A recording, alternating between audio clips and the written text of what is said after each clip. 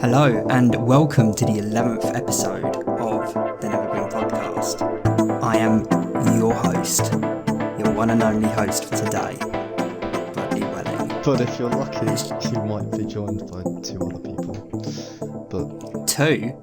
But we usually only have one other, that being you. Who right. else is with us? Is there someone else with us? No, there is someone else with you.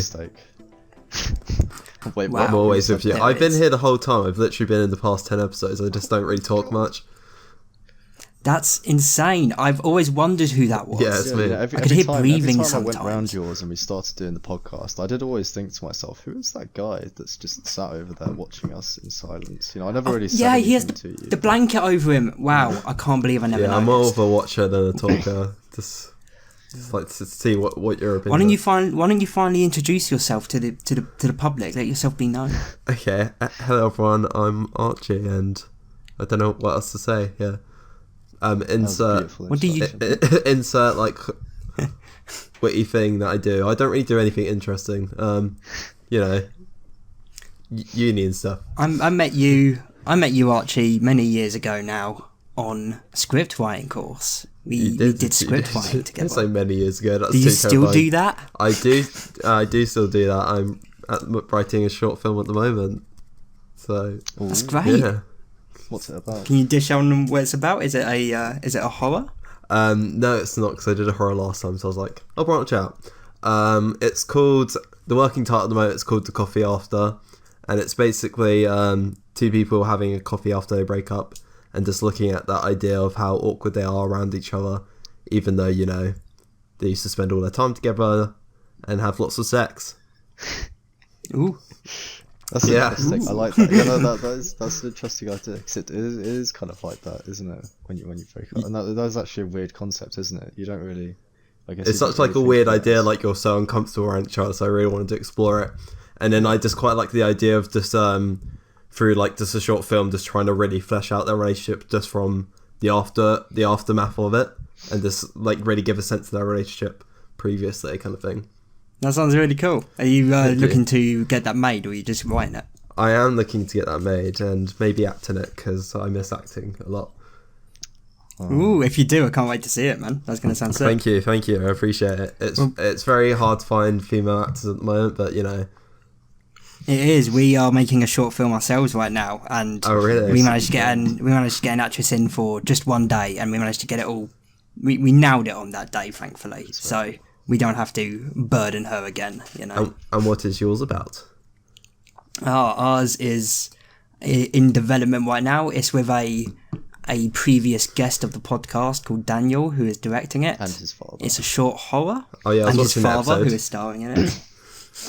And yeah, it's gonna be cool. I don't know how Okay. much I I'm can say excited. about it, because there's actual NDAs about it now. Yeah, It's there like are. it's Yeah. in production. Really? that's so cool. Yeah, because his dad Yeah, is properly into the whole acting career, and he's knee deep in the media industry. So he took it seriously, and he obviously saw potential in it, because he actually paid for this actress to be here on the set. And Oh, yeah, that's man, exciting. Yeah, and- it was good. You could tell. And he really- put in a really powerful put his performance. power Like he into it. didn't half-ass a thing. Like on set, you could feel it. You could feel it in the air. You know. Was he method acting the whole time? He was, yeah. I mean, he describes himself as a method actor, and with this sort of role, it's a very demanding role, and you could really see that it was tiring him, you know. Yeah, that sounds really cool. Yeah, because I wanna get back into acting, but I'm really scared everyone's too professional now, and you know, I haven't acted in a while. Who knows? Do you feel more comfortable acting your own, your own dialogue and your own Yeah, scripts? definitely, just because it's a lot less pressure. But like maybe if I got back into it, then I wouldn't mind doing other people's things as well. Yeah, I mean that's pretty cool. And yeah, when it's finished, if you want to send it over, because yeah, I've got, we're making this short film with a little crew that we've got. We're aiming Yeah. to make one next year too, during the summer. And we're still figuring out what that's going to be. That's so cool, yeah, because I really regret not making like more stuff during uni. Like, it was really stupid that I didn't. I was literally with so many filmmaking friends. I don't know why I didn't, but I'm gonna resurrect No, that. I agree. But I felt the same. In fact, the only time I remember filming at uni, it was for the uni, in a situation where, you know, the film course could have done that. You know, when it was the first year, it was those little dialogue-free scripts. Yeah, I don't really want to think of the film we made. I just don't know how it went so wrong. On the day it felt fine, but I don't know. It was just I don't know. I just don't think you should do slapstick as a student film because they just kind of don't combine together. Yeah, because and I still think back to that and think, because, you know, there was an entire film course there. It should have been their unit. They should have filmed it. Yeah. Why give it to the scriptwriters? We're scriptwriters. Exactly. Yeah. Well, like, because I was on lights. the hard thing is when showing like your like portfolio of work though as a scriptwriter, it's like people still want to see it filmed, and then I have to like work out whether I want to do the filming or whether I can actually trust someone to like I'd be happy with someone else doing it. Yeah, I remember I didn't submit my script. I was like, no, I don't want to do mine. Yeah, I think I did the same. Yeah, I'm pretty sure I did the same. And it's just because I don't know if I know I want to be a writer. I feel like when I write, like, that's the thing I want to do, but I don't know if I feel like that about directing. At certain points I do, and certain points I don't know if I have the eye for it. Yeah. But yeah, no. That's why I think it's important to find because I'm not a good director, I think. So I'm lucky that I found one who's kind of got a very similar vision to me. Yeah, but I guess you were quite lucky in that you just had a whole crew at your disposal to film your. Yeah, and I didn't have to pay any of you, you know. Yeah. See, if I like directed, I think I'd do it like sort of like Richard Linklater, a lot like softer direction, where because that's what I like to write anyway, rather than like Wes Anderson, where he literally goes fucking all in. Yeah. So it could work. I'm curious to know what interested you to go to uni to study scriptwriting over the other ones. I actually did a unit in scriptwriting in college and just immediately connected with it. Like, just like straight away I was just writing and I was like, I'm fucking having the time of my life. I love this. Like, when I really get into a script or something, it's just like there's no stopping me. I mean, getting to that point of writing I struggle with, but once I'm actually writing, I'm like, yeah, I'm just like blasting out. Just like, it's literally like Benedict Cumberbatch Sherlock, where he's doing his mind palace. That's how I feel when I'm writing. I'm just like connecting everything. I don't know, it just feels right. Yeah. Do you remember the quality of your first script? Yes. Funny enough, my first script that I remember writing was I was doing a Justice League show. Don't know why.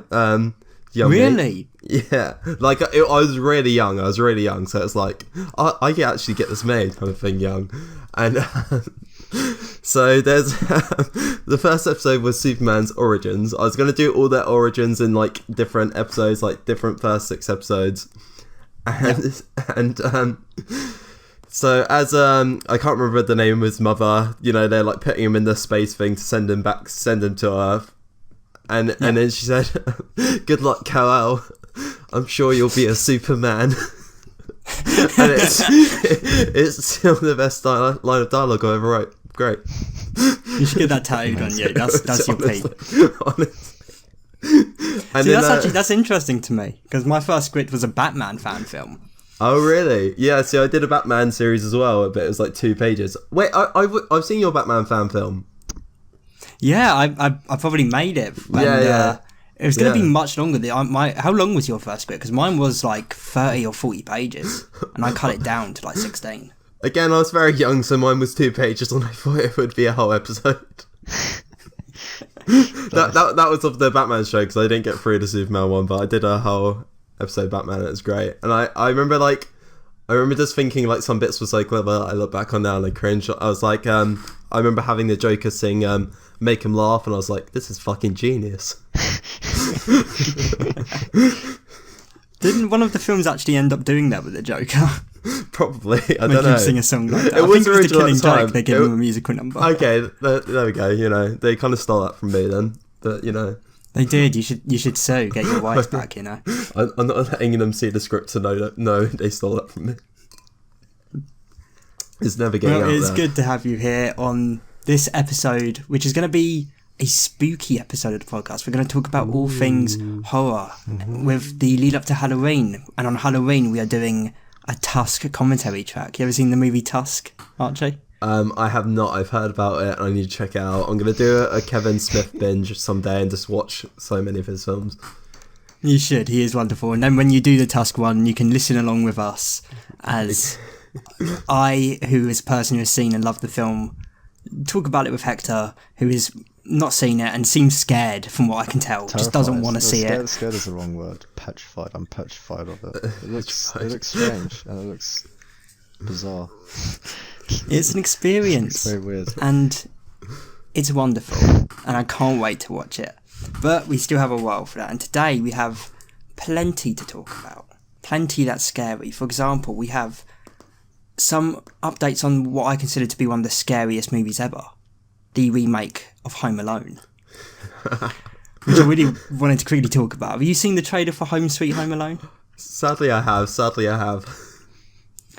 Aisling B's English accent. Now that's what I want to talk about here, because that's terrifying. You heard about this, Hector? I've seen things on Instagram about it. So she is a very famous Irish comedian.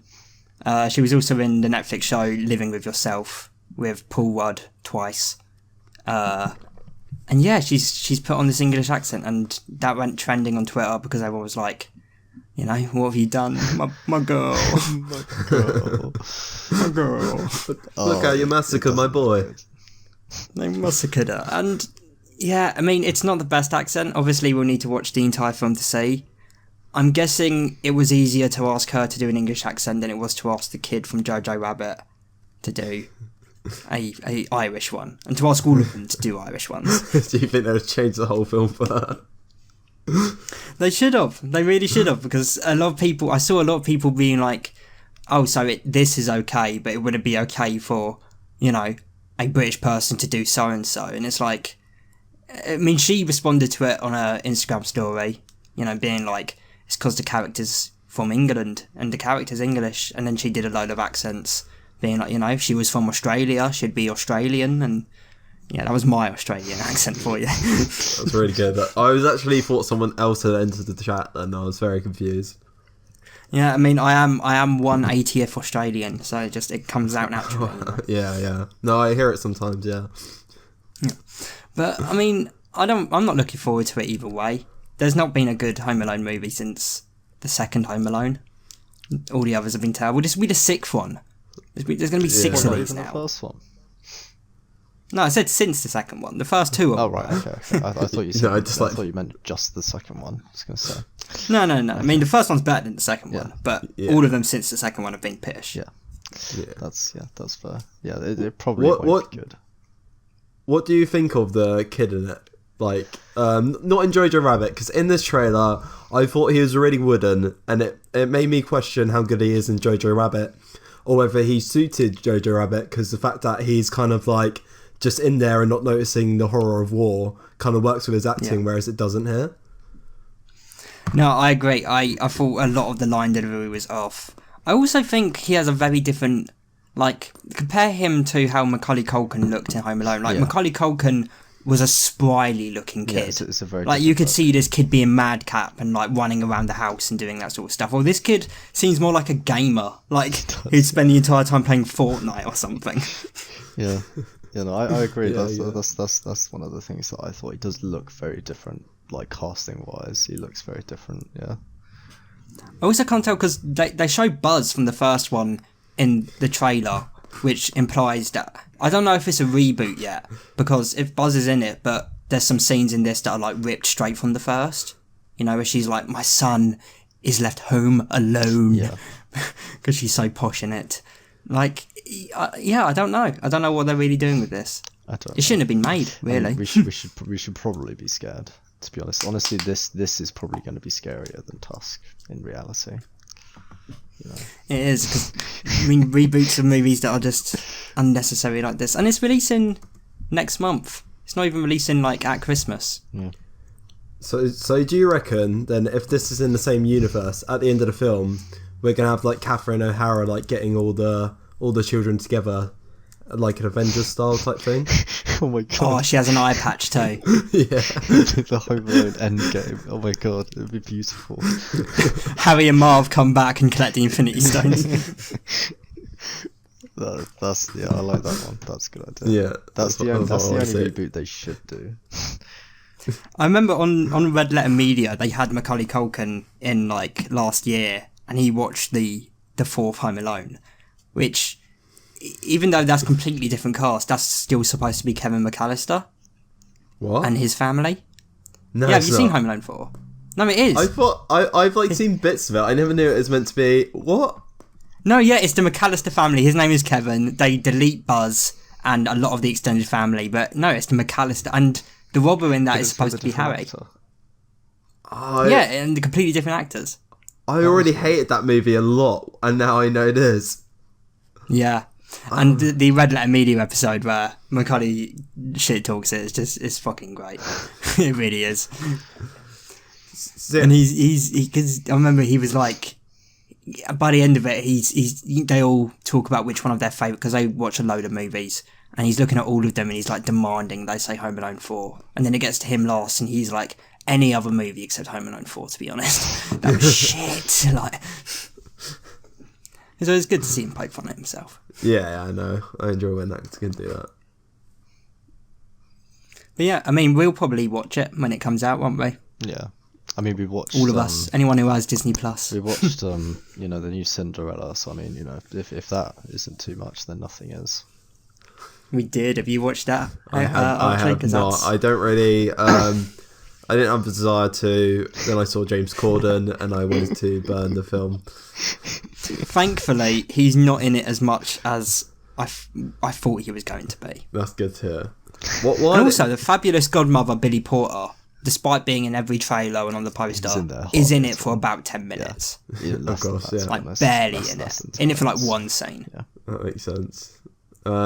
Did you see, because, he does his, like, traffic thing where he stops the traffic, and he's just in the rat costume, and he's just, like, dry humping the air. And it's just... Man, it gets more cringe than that, to be honest. Yes, it does. In the film, he does some unbelievably cringe, and a lot of the cringe things he did. Me and Bradley speculated that it wasn't scripted. He just came up with it on set, and he thought he was a comedian. Yeah, he just does it. Like, no, there's a bit where at the end of one of the songs, and you know how in musicals it's always questionable if like the music is like canon. Yeah. He just starts doing this scat like, and everyone's like looking at him weirdly, and it's like, we stopped singing now. And he's just like, okay. So not only is it canon, but it's also canon that he was doing that weird scatting shit. And yeah, that's probably shit he just does in his general life. He probably just walks around the town being like, "Skata, I'm James Corden." Like, oh god. He just seems like that guy. And then there's the weirdest one where, oh my god. yeah, I mean, you're probably never going to watch this, so I don't care if I spoil it. Yeah, when they turn back into humans, they all go instantly except for James, and he gets a mouse body and his normal human head, and it's like floating in the air, and Cinderella starts screaming at him, and he goes, don't look at me, don't look at me, and then he turns back into a normal mouse, and it's like, wow, he was definitely he definitely came up with that. He was like, I know it'd be really funny. Just sit me here in this green screen spandex suit, and I'm gonna scream, don't look at me, because I'm a really funny rat. Is what he was thinking. I'm hilarious, right? Have you seen his AMA? Oh, the infamous one where everyone just is constantly telling him he's a dick. Yes. And it goes on forever. Like, there's not one question where he could actually like answer it. Just literally every single top comment is just being like, why did you do this? Why have you done this? Like, oh, when I met you, you acted like this, so why was that? And kind of thing. I heard my favourite James Corden story on there, which I bring up all the time because I can totally believe it, which is that a man was sitting with near James Corden on a plane, and James Corden was sat next to a screaming woman and a woman with a screaming baby. And while the baby was just screaming constantly, the guy was like, wow, I really respect James Corden for like not making a fuss. He's just dealing with it. He's put his headphones on, he's reading his book. He's not making a fuss about the baby, thank God. And then the plane lands, James Corden gets up, and the woman who's sat next to him looks up to him and goes, can you at least help with the bags? And it turns out that was his wife. Yeah. Yeah. Like, yeah, I totally believe that. Of course he did that. Because he's a terrible person. He's an What asshole. What a funny plot twist as well, just to see that. Like, I think I had to start laughing if I actually saw that and realised, oh, that's his wife. Yeah, because it must be even funny because at first being like, wow, he's actually better than I thought he was. You know, I heard he was a dick, but man, you know, I would make a fuss. I wouldn't like this. Oh. Oh no, he should be helping. Oh no. Man, he's just made some real terrible decisions with his career. He's been in, I mean, think of two of the worst movies released in like the last 10 years. Cats. Two of them are the Emoji Movie and Cats, and he was in both of them. It's true. Like, he was in the Emoji Movie as well. Oh my god. he played the high five emoji. Oh my god, it's so cringe. Why do they keep casting him? Like, who's still into him? I don't get what he's got over people or something. Yeah, he's got like Harvey Weinstein level power these days. I don't know what he did. I don't want to know what he did. With Cinderella specifically though, like, he actually came, like, Cinderella was his baby. He was the one who came to the producers with the idea of redoing Cinderella. Of course he was. I love that he thinks it's like a brand new idea. Producer on it. And yeah, there he is in Cats. Which, man, Cats was like, that's a Halloween movie for sure. The CG on that was so fucking dreadful.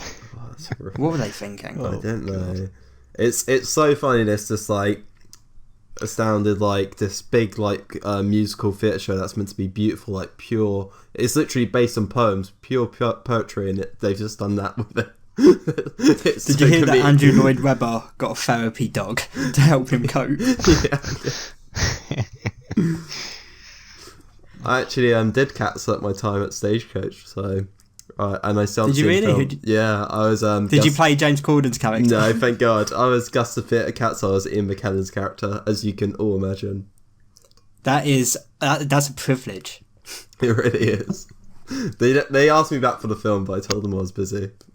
Yeah, you're the one who recommended Ian. Yeah, I was like, he's an old friend. Yeah, I'll hook you up with his manager. They were like, who is that? Like, what's he been in? And I was like, oh, not much, but you know, he's really looking for work now.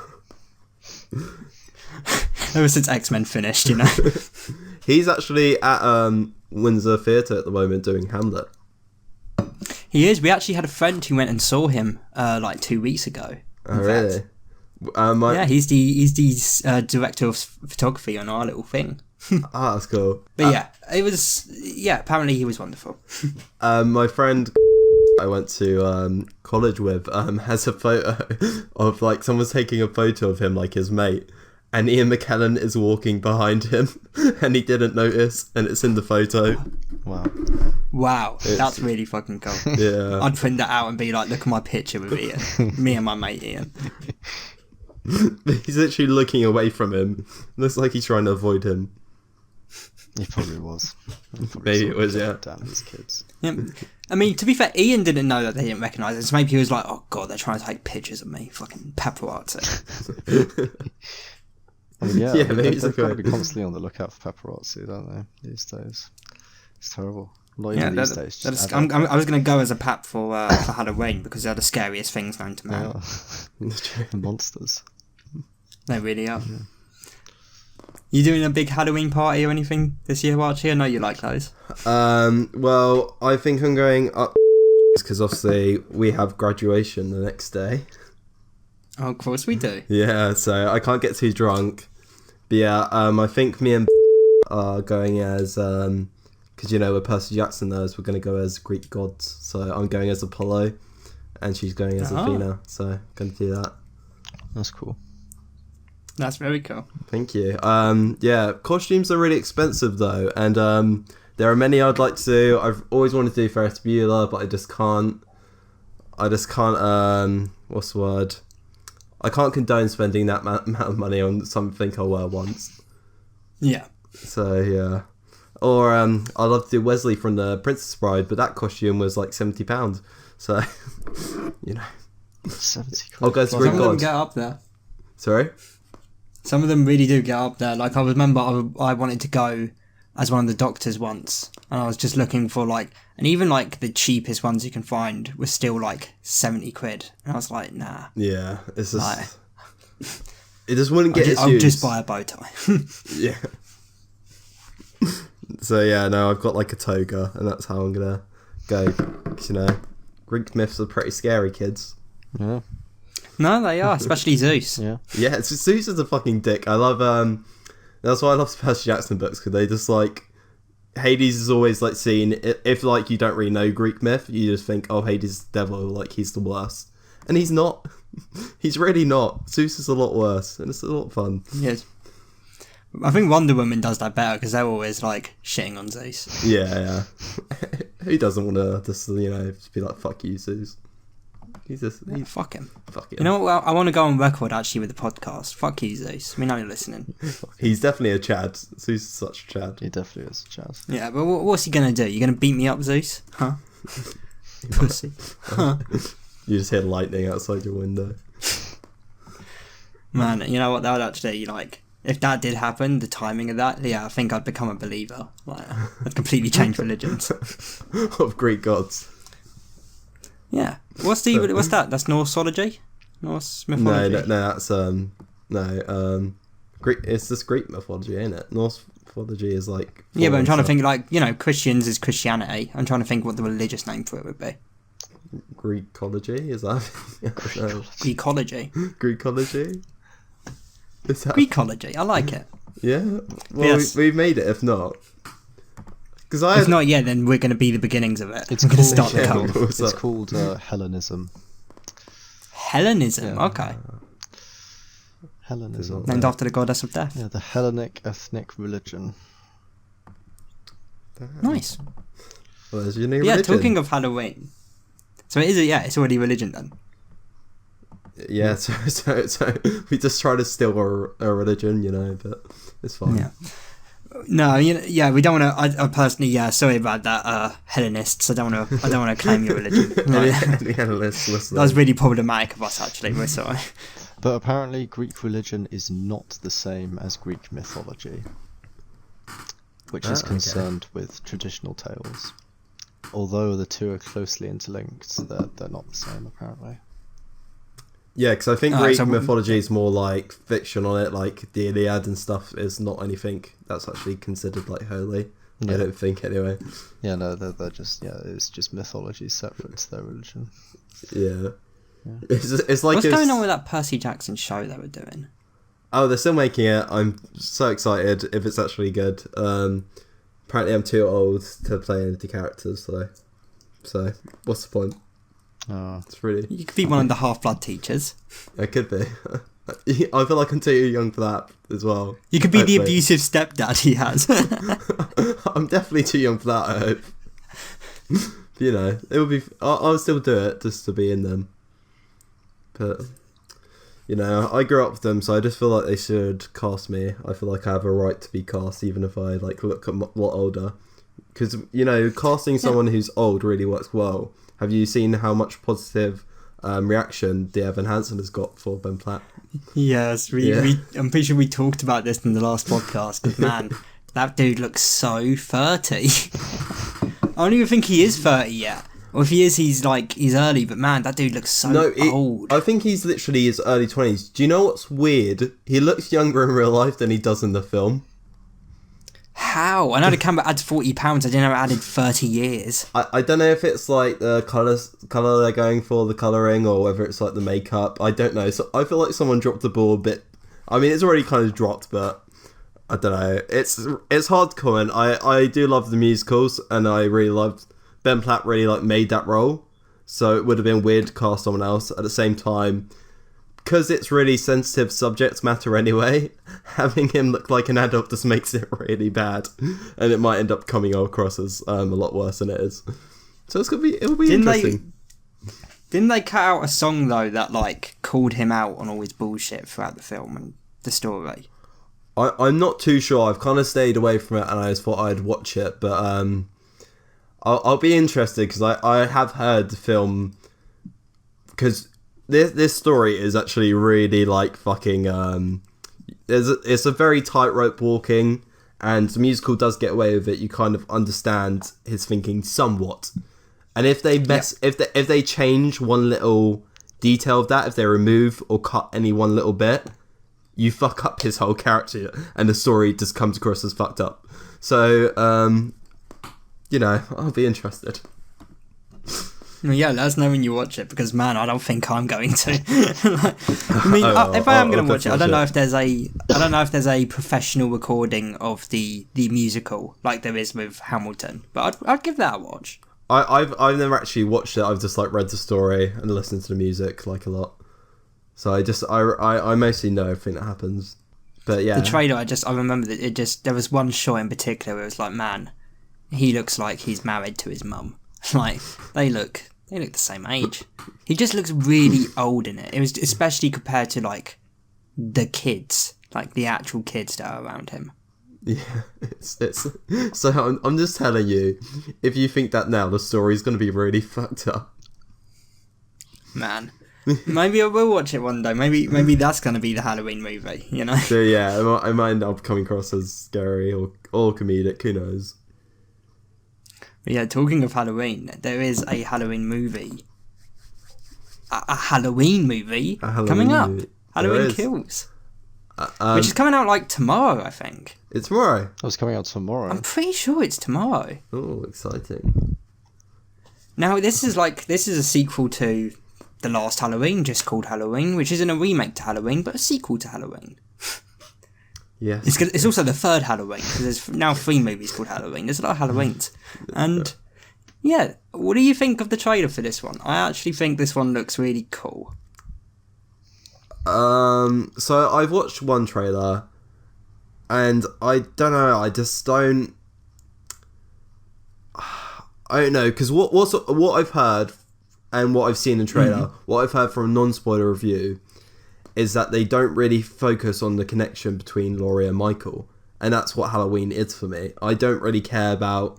Like, sure, you can still have them gory kills and stuff like that, but I'm interested in Michael and Laurie's relationship, which is why I was always annoyed when they retconned them being brother and sister, because I always enjoyed that bit of it. Yeah. And so, if you don't focus on that, then you end up just having this big old guy just going around killing people, and that's when... Halloween's still good, it's still entertaining, but you lose what makes it Halloween for me.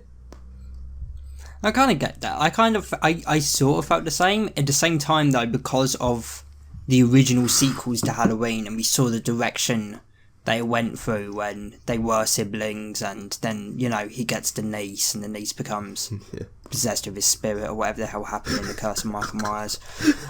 I don't know, I still, because... She's not, like, it's not as if they've, like, I haven't seen this one, obviously, but from the first one, like, Laurie's still in it, and, like, it's less about, her personal connection in terms of siblings, and more about, like, her vendetta and her kind of trauma relating to it. I'm excited to see where it goes. I've also heard this one's going to bring back Tommy Jarvis. I don't know if that's confirmed or not, but he was always a fun character. That. Yeah, no, I did like the remake, by the way. I still... Even though they retconned the brother-sister thing, I still thought they focused on their connection. But now the idea that they're not going to do it in this film makes me wonder what they will kind of do for the whole run of it. Because this is, they have already announced the third one that I think is coming out like 2 years later, called Halloween Ends, I think. Yeah, and... which presumably will be the last for a while. Yeah, I really hope so, but you never know. You never know. Do you think Laurie's going to die in this one? I think they'll kill her off in Halloween Ends, but I think they'll keep Jamie Lee Curtis for one last film. I think she's quite a big selling point. She is, to be fair. And on the red carpet recently, I was about to say, she dressed up as her mother. Oh, it was so good. Psycho. So good. It was a really nice homage. Yeah. Literally all my Did you see anything about that, Hector? No. I mean, from the trailer, the only thing this is the one with the dude with the fucked up mask. This is like the really tough guy. Michael Myers. Yeah, that one. How did he survive that fire? That's the only thing that, like, when I first saw it, I was like, I don't know. That's kind of, I don't know. It just seemed weird to me. Like, Man, he is a man of very mystical I mean, I elements. guess so, but yeah. It's just... So I think I could say this because it's in the trailer. I mean, I can definitely say it because it's just a theory because I watched the film. It looks like It's a game theory. It looks like the firemen somehow come in the house and put out that massive fire. That's what they've made it look like in the trailer, and that's how he survives because the firemen go and put out the fire. That massive fire. The ending of the previous movie, and like it was burning for a long time. Like they kind of like made sure that he was gonna die before they left. Yeah. So like But that was the only part that like I don't know. Are they doing this because they wanted to flesh out the canon of the story, or are they doing this because they love money? They love money. They do love the money. Yeah. Well, with the first one, wasn't it Danny McBride who came up with bringing back Halloween? Yeah, he was one Like, of I'm the pretty writers. sure he was like heavily involved with it. And I'm pretty sure he's heavily Same involved with way this one. Chris Rock did with Saw. Yeah. I think. No, you can't. No, I was going to say I think he is involved in this one. I think like he's sort of roughly involved in the whole trilogy. That's good because I mean I don't know much about Danny McBride as a writer, but I think it's good to have someone passionate there, And if he is the one who's passionate, then I hope he sticks around, Yeah, but And I mean that's as long as they don't kill off Jamie Lee Curtis anytime soon because she's also very passionate. yeah. And that God, is Jamie Lee Curtis. Jamie Lee Curtis is the one playing Laurie Strode, Oh, the main, right, yeah. the main, final girl. Yeah, you can tell that she is. Yeah. And like with Danny McBride though, my only thought is like one thing I hated about the remake was just some of the comedy, like the kid and the babysitter. Like it got a couple laughs, but it just didn't fit the tone of the film at all for me. Yeah. If you remember that at all, I don't know why that sticks in my head. And I was like, this really doesn't fit. I mean, I don't know. When it comes to stuff like that, you've definitely got to tread a certain ground, especially with a character like Michael Myers. Like Michael isn't like a Freddy Krueger. Like he doesn't have any one-liners or quips. He is very cold. But at the same time, I think they did make up with that with some of the kills. Like the bathroom scene was pretty like, I'd say where he's banging down the cubicle and he strangles that guy. It's very grounded still, and it's like I remember that scene. I remember how he just literally just fucking beats him to death. That was very like cold death for someone. I was kind of like a little bit, what's the word? Like terror-inducing. The way that guy died, he just totally fucks him up. Yeah, and that's as long as they find a good balance of it, which I don't know, we'll have to see because it is coming out tomorrow, and it's not only coming out in cinemas, but it's also streaming on Peacock apparently. See, my only thing is as well is I like them kills, but I like them kills characters I'm actually a bit invested into, and I feel like the last one didn't have that, and I can't imagine while they're at the hospital them like setting that up this time around, like setting up new characters. I don't know. This won't be the first one we've had set in a hospital. Which one was it? That was also was it it's Halloween 2, 2, the first one? The first Halloween 2, not the second Halloween 2. Yeah, the first Halloween 2. Yeah, that was set in there, and he died by fire in that one as well. He did. Wow. He did, yeah. Really good. Let's just stop burning him. Just shoot him in the head a bunch of times. I mean, there's only so many times you can kill, him. It's been like how many films has it been? 11. I think so. Yeah, with a bunch of remakes and the weird sequels. Yeah, it must be. It must. Yeah, it's definitely over 10. Yeah, and with the remakes, yeah, it must be. Yeah. See, that just kind of kills it a little bit for me. Because then it's I don't know. Yeah, no, that just. Yeah, it just kind of ruins anything when it gets to that point where it's just so obvious that they're just like bringing it back obviously just to make more money. It just kind of doesn't make it as fun. Well, that's how it be. That is how it be, but not always. Not with the really good ones. And I don't know. If they wanted to keep carrying it on, you'd think that they would end it in a way that you think, oh yeah, he could have escaped, not ending it like it's the end.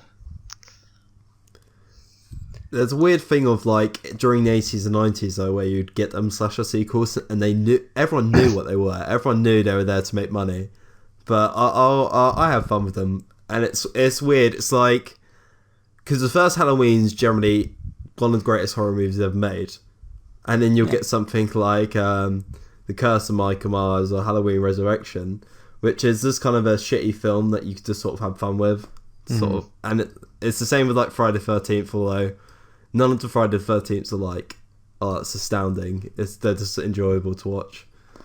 Yeah, very much so. And yeah, I mean, but at the same time, like those sequels, like without those sequels, the sequels that are making only for money, that's what makes the villains iconic. You know, like Halloween, you know, the first one is amazing, but if that was the only time we'd ever seen Michael Myers, would he be remembered as strongly? In fact, he wouldn't even be called that. He'd just be called The Shape. Yeah. I think they call it. I think they actually. I could be wrong. No, I'm thinking of Nightmare on Elm Street. I was about to say, did they actually just call him Mike? But because in the first Nightmare on Elm Street, they never call him Freddy. He's always referred to as Fred Krueger, which would be weird. Yeah, he is. Yeah, and that is the sort of, I don't know. And some series, yeah, like Halloween, like Jason, like Freddy, they suffer through remakes and really bad sequels, but I don't know, some ones haven't. For example, the Scream series.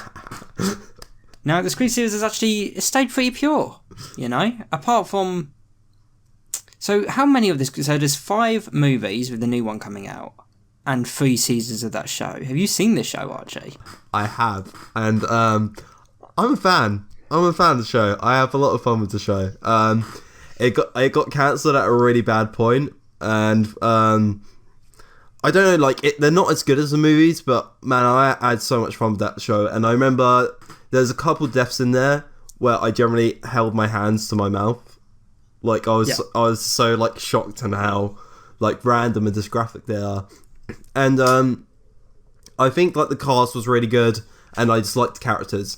And there's this really good thing they set up in the first episode where, in typical Scream fashion, they're being meta. And they talk about if a slasher was a TV series and how anyone's at risk suddenly if it's a TV series, and how you suddenly become more enveloped in the characters and they could be just killed off at any time because you have so much time with them. And I just thought that was really cool. I really like the series. And I love the films, obviously. No, it is. I've only seen the 3rd season of the show because the first 2, I don't know, it just, like, I knew it didn't have the original Ghostface, which the 3rd one does. It also looked a lot cheesier. Like, it had Bella Thorne in the first one, I think, and yeah. I don't know. The 3rd one just looked a lot more grounded. It looked more like a Netflix production. The 3rd one. I totally forgot they made the 3rd one where they fucking cancelled the first 2 seasons show, and then did that like boot, which was like a mini show, which I haven't actually seen. What did you think of that? Yeah, so yeah, that's the only one I have seen, and I thought that was pretty good, actually. Okay. Like, it was pretty, I felt it was pretty true to the movies, and I did think it was interesting how, like, they'd done that, and now this 5th one's coming out, and they've still stuck to, like, it being a sequel. Because, like, the one where they bring back the original Ghostface in the show, season 3, I think it does have, like, a subtitle, but I don't remember what it's called. It's like, yeah, it's not connected to the movies at all. Yeah. It's still visually, it's you know, it's Ghostface. Like, it's still very much him. It has his mannerisms and his sort of speaking, not as well as his voice. But yeah, and it's because I've been, you know, it's not like they could have rebooted it if they really wanted to. If the show didn't work out, it's been long enough since the 4th movie. I think it's been like, do you know when it was? Like 2011? Yeah, the 4th movie. Yeah. It was. Yeah, like, I feel like it's been long enough where they could have tried to reboot it, but I'm really happy they didn't. Yeah, What did you think of that trailer? I fucking loved it. I was just I don't know why I'm just so connected to Sidney Prescott, just because Scream's just been my, like, entryway into the horror genre, and I've just always loved it. I love all 4 films, although the 3rd one's easily the weakest. My thing with this new Scream... It does have Jane Silent Bob in, though. Huh? It does have Jane Silent Bob in, though. It does, which is a big thing. What, it's a horror? So, yeah. Really? They just pass through at some point. Yeah, it's like... Because they're on, like, a film set for the 3rd one, which is quite a cool setting, but they pass through. So my thing is, with the first one, obviously it was just being meta about slasher films. With the second one, they had, we're being meta about sequels now. Yeah. With the third one, you had, we're being meta about trilogies. And then with the fourth one, they're a bit meta about remakes. So where do you go from there? I am intrigued, is my one question. The only place I could think would be to go specifically about reboots, but then you'd have to, like, they would have to, like, you know, define the difference between a remake and a reboot. Yeah. In the film as well. Yeah, which would be interesting. Because with it not being called Scream 5, like, yeah, like, it feels more rebooty than remakey. Yeah, no. Well, it could have still been a remake, but yeah, like, I'm intrigued. And correct me if I'm wrong, but we didn't see Jack Quaid at all, which is someone I'm really looking forward to seeing in this film. We got like one shot of him. Oh, he was in it. I didn't even notice him, but I'm really looking forward to seeing him in it. He's really fun in The Boys. He's one of my favourite talents right now. I think he's I really good like actor. him. Yeah. Do you know who's doing this film, by the way? Oh, I don't actually. Who is it? It's the people who did Ready or Not. Oh, okay. Which is very like Scream-esque, which is why I'm excited about it. And I can't remember who said it, but they said the trailer's just like the tip of the iceberg. And so a lot of theories are in that. I think that was Jack. Yeah. Sorry. I think that was Jack. Yeah. Jack It might have been. So what the theory is at the moment is because you see so many of the characters like being like killed off and stuff like that, or like about to be killed, which could be spoiler. Yeah. But what everyone thinks is it will relate to the Stab films, which is the franchise they have in universe, and so it'll be bits like that. So lots of people reckon I can't remember the girl's name at the start, but you know where they're doing basically like Drew Barrymore sort of like kill, which looks like their start with the kill. AI in the house. They reckon that'll be one of the Stab films, and they'll probably go into. I'd be surprised if they don't do a Stab film getting a reboot. It'd be really interesting to see, to be fair. Which one was it? It was the third one, yeah. And I don't know. I've always thought the idea of that was really cool. It was not that well executed in the third one, but wait, getting really meta like that. What are you talking about specifically in the third one? The idea of making a movie based on the movie's events. They did a similar thing in the Nightmare on Elm Street series with New Nightmare. Freddy's New Nightmare. Yeah. It's Scream 2 that they introduced Stab. Because they're watching it in cinema. That's the film they're watching in cinema. Yeah. But then Scream 3 does Stab 3. God. And they literally have like sets from like the original film. So like there's like look, Scream 3 is not great. There's a lot of things, but when you have like Sydney going through like her old house and stuff like that, there's so many good like moments of just resonance for like someone who's like found the franchise. And the fact we're gonna get Stu's house in this film really, really excites me. And this, man, when's it coming out? It's coming out in January. January, so not too far, really. Not too far. It's a shame. It's a shame because January isn't really a good month for horror. I hope it does still do well at the box office.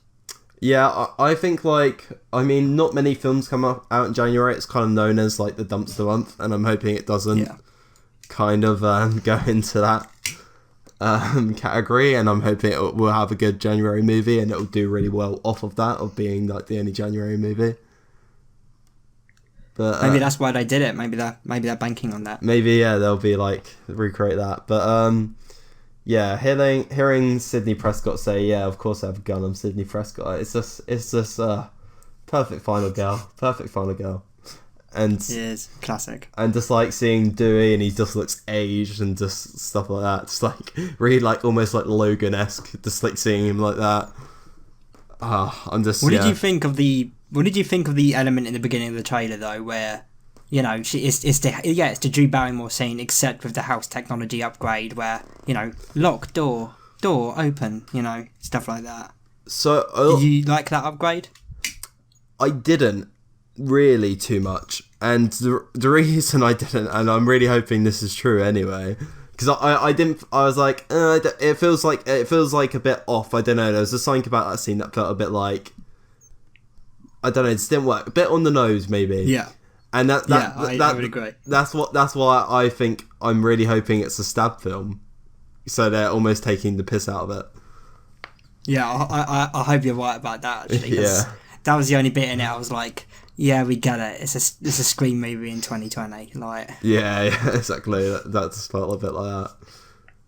They did a similar thing in the latest season of The X-Files. They had an entire episode that was dealing with, like, Roombas and, like, you know, AI in the house and AI gone bad. And that entire episode was just a big cringe, to be honest. Like, yeah. So when was the last time you watched Scream 4, by the way? Oh, well, the last time I watched all of the Screams... it's been a while, I think. No. I watched Scream 1 during uni times, I think. But the others, I think it's been like... Yeah, it must have been like 2016, 2017. Okay, but do you still remember the opening of Scream 4? Because it's when they're doing... as like the opening scene, it seems like the opening scene of a Scream film. And then it cuts, and it's Stab 5. But then... Then there's two people watching Stab 5. And you're like, oh, so this is a Scream film. No, that's Stab 6. Yeah. And then we go back again, and it's two people watching Stab 6, and then I think it's the actual film then. And there's just cameos, but I just think it's such a clever opening, and I love it. But like, it might be something like that for this new one, maybe. What did you think about the fact the fact that it's just called Scream, and it's not like, you know, they kind of did the Halloween route there. They could have called it Scream 5. There was nothing stopping them. I was disappointed they didn't do it on the poster like 5 Scream at the S with the 5, you know. Yeah. That would have been cool. That's quite obvious. 5 cream. Yeah, but I think that's what everyone was like saying, like, oh, maybe they didn't want to do 5 cream. 5 cream. Because it's like everybody knows, not that it should be remembered as anything good, but fan 4 stick, everyone calls it. Yeah. So yeah, so maybe they don't want to be known as 5 cream, which is understandable. I get it, because I think, like, it, as you said, it's going to take the mick out of reboot, so it feels quite thinking that doing that. But I was terrified at one point, because they're introducing new characters and stuff, and I was like, are they just going to go this meta where the Scream films are in universe now, and like the actors are now playing themselves? But thank God they're not doing that. Yeah, that would have been full New Nightmare, you know. Yeah, I would not have been into that at all. That would have been odd, to be fair. I mean, especially without Wes Craven. Yeah, like it would have been. It would have been like there'd been no point to that, because like, yeah, who wants to know about, you know, the cast is cool, but who wants to know about the reboots directors in this, you know, like, not the Scream fans. Yeah, and because I can't remember what I was going to say now. Something about Scream. Something. Yes, that's what I was going to say.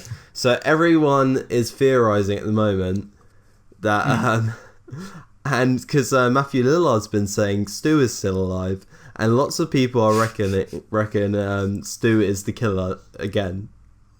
And that'd be amazing. And it's going to be his son. And I cannot say how much I hate that idea. Just because, I mean, I love it in a sense where I love to see Matthew Lillard just playing Stu on screen again, and just getting that whole you know, the whole monologue of why he did it and stuff. I just love that in his character.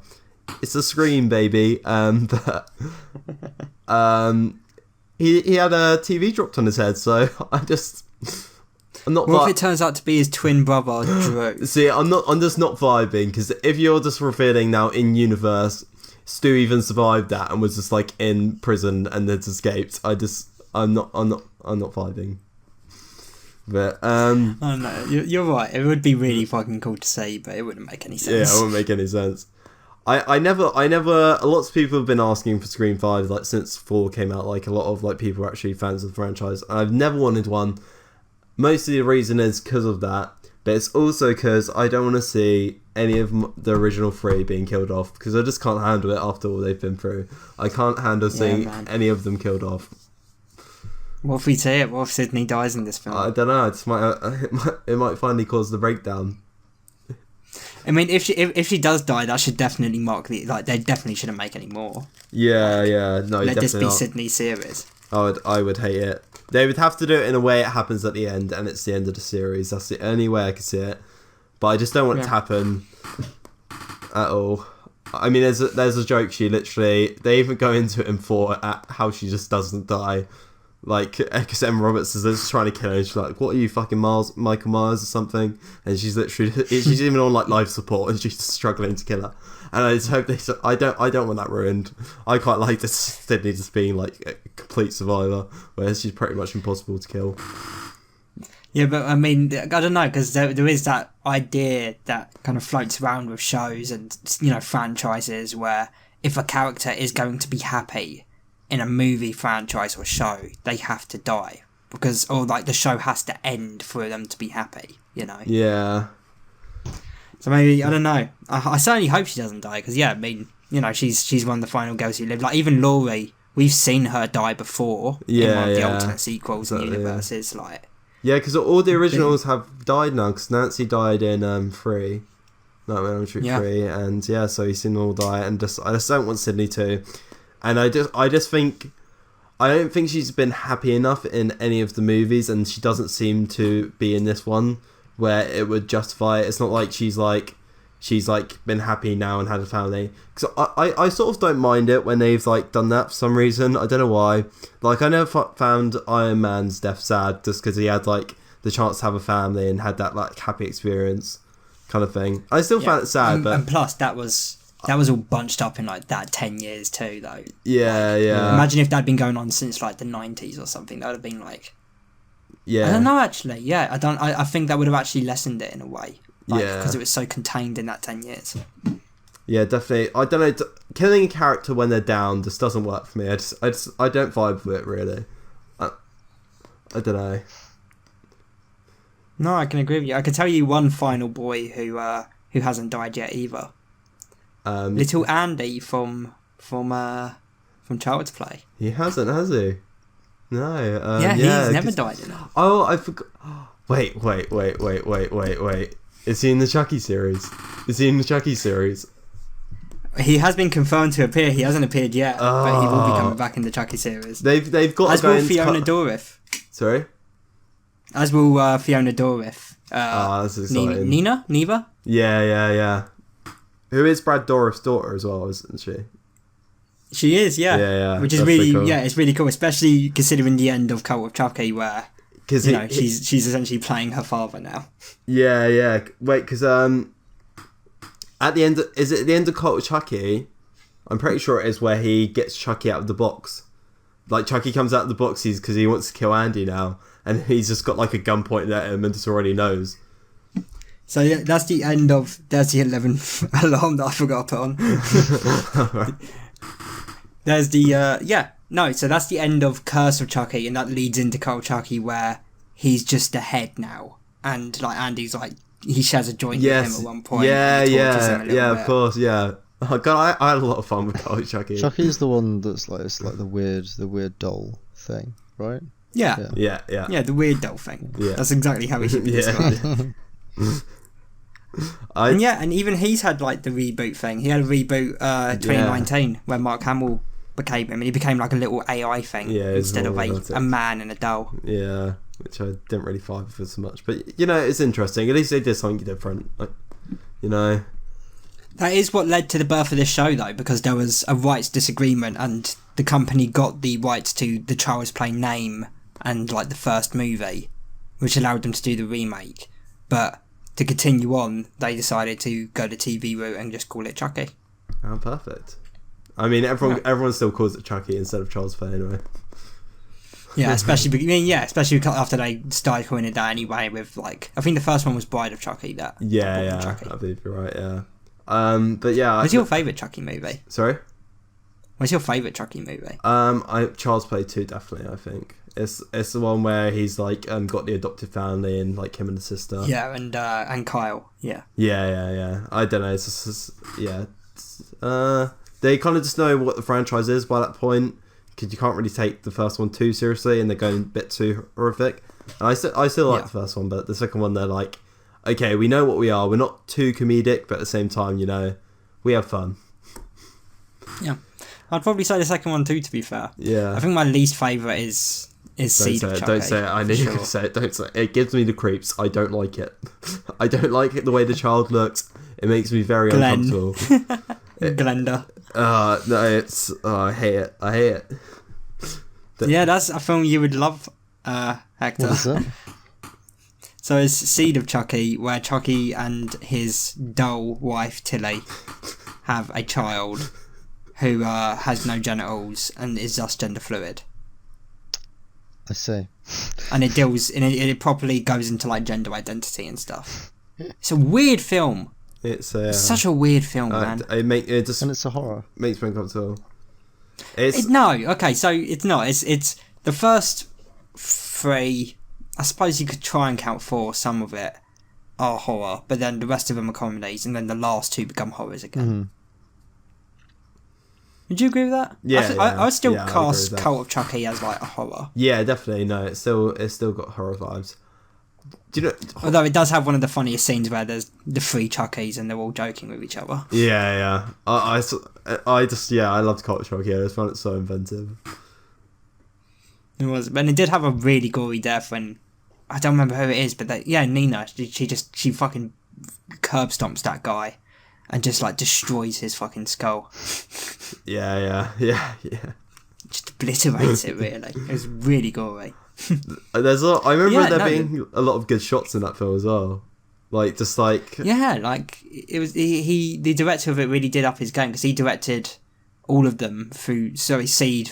Since Seed, he directed all of them. But he took such a long break, and you could see that his craft really did improve. Like he really, like stylistically, there was some really cool stuff in there. It was like, wait, what the fuck did I make with Seed of Chucky? I need some self-reflection, and then he come back. He did a little comeback. Yeah, don't call it a comeback. You'd been here for years. But the show, for a quick spoiler-free review, it was good. There were some things in it, like, alright, so the show is, the main character is a 14-year-old boy, and and there's some school scenes, and some of the the teens and the dialogue is some of it's a bit cringe, I'm not gonna lie. No, some of it is flat out cringe, but there's some and there is some cool stuff though. They do there's a shot in it that is like a direct homage to the opening shot of Halloween, and then they do a reveal on that, which was really like quite interesting. Mm-hmm. Okay. They use a Billie Eilish song in it at one point, so that's sort of the tone they're going for. Okay, if that helps. Interesting. There was one shot in it that had full cinematic black bars. I remember just one shot, and I don't know why. Okay. I like paused it, and I was like, "What?" That's interesting. Yeah. That was a very strange decision. It was. I still don't know why that was. Maybe they had to cut out a boom or something. Maybe, actually, to be fair, yeah. Because that was quite a strange thing to just go with. It was like I actually, when I saw it, I scrolled back through the rest of the episode because I was like, was some of the other shots like no, none of this is just that one. That was really bizarre. Was it the one with the Billie Eilish playing? Was it that shot? It wasn't. It was that Billie Eilish comes in towards the beginning, and this was towards the I end. see. But overall, it was really fun. I would definitely tune in for the next one, I think. Okay, yeah. I'll check it out then. I'd like to see Andy return, so that'd be good.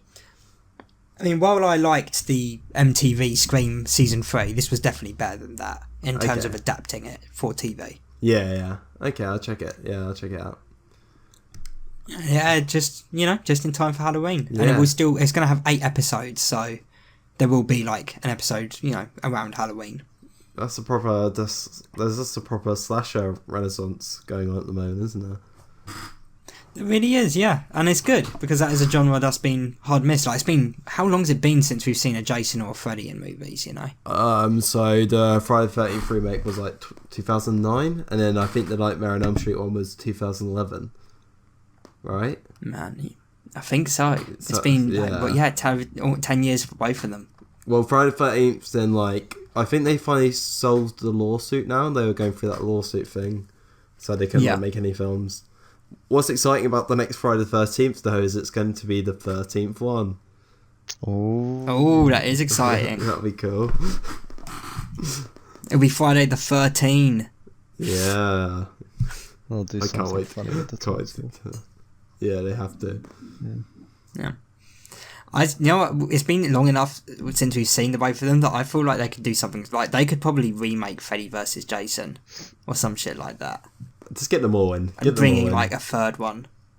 Yeah, bring in Chucky.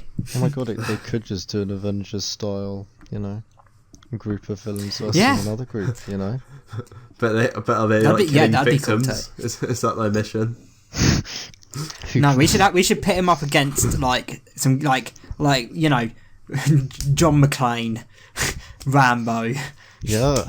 The Terminator. Versus the actual real life, not the real life, but the actual Avengers. It's Marvel versus Marvel versus Jason, Freddy, Predator, Alien. Oh, the final girls just chilling during this time. The final girls have joined the Avengers. Okay. I'd like to cut to them just in therapy groups together. They're just looking out the window, being like, "Is it gone yet?" It could be like a Joker Batman situation where they actually all quite miss their respective killers. Yeah, well, maybe that's why the killers are joined together. They're like, we haven't seen our final girls in a while. We need to find them together. We need to find one. I'd watch that. But we have 3 Halloween movies. The most Halloween movies. I genuinely believe these are some of the most fun you can have on Halloween, especially as a kid. I've got a little brother who I can't wait to show some of these movies to when he gets a bit older. Yeah. The first 3 direct-to-DVD animated Scooby-Doo movies. Now, Hector, you had never seen these before, is that correct? I was shocked. I'd never seen these before, because I've seen all of the 1980s Scooby-Doo, the classic episodic ones. Yeah, where were you with the laugh track? I've never seen these. What did you think? I thought they were good. They were very different to the episodic ones, that's for sure. They were very different. But yeah, no, they were good. What was it that I said to you?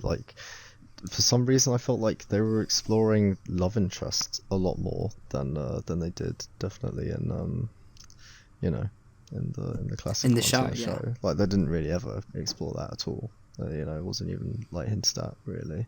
And then this one, it was every 10 minutes they were hinting at love interest. They're getting horny. Yeah. If you made this, you must just be the horniest man ever. No, it's true. I think over the first 3 movies, and this series is still going, and I think there's almost 40. They've even done a Return to Zombie Island. Yeah, I knew that. They did a sequel to Zombie Island. Have you seen it, Archie? I haven't. I've just avoided it like the plague. Oh man, they attempt to do a lazy retcon of the first one. Oh no, that's even worse. That's even worse.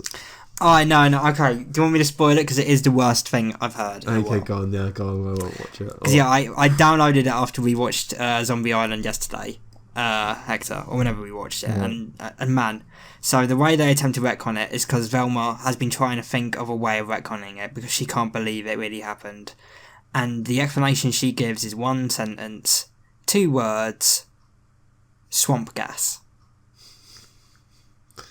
She's just like, we were all on swamp gas. I hate that so much. On Zombie Island's so good as well. Why would you? Yeah. And man, the animation. Oh, okay. So the animation on Return is pish. Really? Let's talk about On Zombie Island, the very first of the direct-to-DVD. Arguably the best.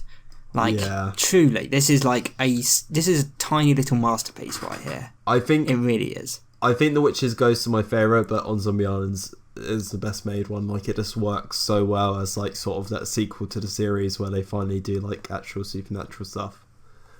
And it's interesting discussing with you, Hector, obviously, because you haven't watched these, where these films are the epitome of nostalgia for me. So I'm definitely slightly blinded. But I see. As a kid, let me tell you, the On Zombie Island was scary. That bit where I'll never forget that bit where they pull the like the skeleton hand out the thing, and then the ghost starts to like form. Yeah, I remember that being fucking that was so scary as a kid, and it was amazing. It literally one thing I've always wanted to do is do like a Scooby-Doo movie, but actually make it like a children's horror film, like Coraline, Monsters House, and like just their movies made me want to do that because they were bold on Zombie Island, so bold with like sort of things like that. No, it really is, and especially like if this film was in live action, it would be like a 15. Like some of the stuff they do in this is so like they pour a zombie's head off. Yeah, and, like, and he's like they throw it yanking around at and it. stuff, and yeah, like they are struggling to pull it off, and and he's like, "It's the ferryman." And they decapitate a zombie, like, and then and some of it is just so like. It's so mature. My little brother's 5. I'm gonna wait until he's about 7 or 8 before I show him onto the island. Yeah. And there's something so dark and comedic about that like Fred being so certain. It's literally like, oh, it's definitely like someone else. It's always like someone in a mask, and he's literally ripping at this deceased man's head, being like, it's definitely a mask. It's just like, it's actually that's why so zombie dark was the perfect choice. Yeah. You couldn't do it with a ghost. You couldn't have done it with the aliens. Yeah, it was so good. And just I think just like having the mystery like gang just like come back together, and like Daphne of her show just works really well. Yeah, no, it does. It actually reminded me a bit of the beginning of the live action one. Yeah. It always reminded me of that as well. I think they probably took that a bit from it. They also retconned that in Return to Zombie Island, by the way. Instead of Daphne having her own show and being successful, she was now just an intern at a TV station.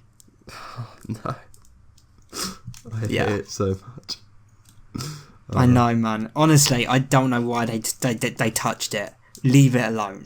They've already done it, but just don't do it again. We're warning you. Obviously, as well, it was terrible. Talking about this film, we have to talk about the killer soundtrack.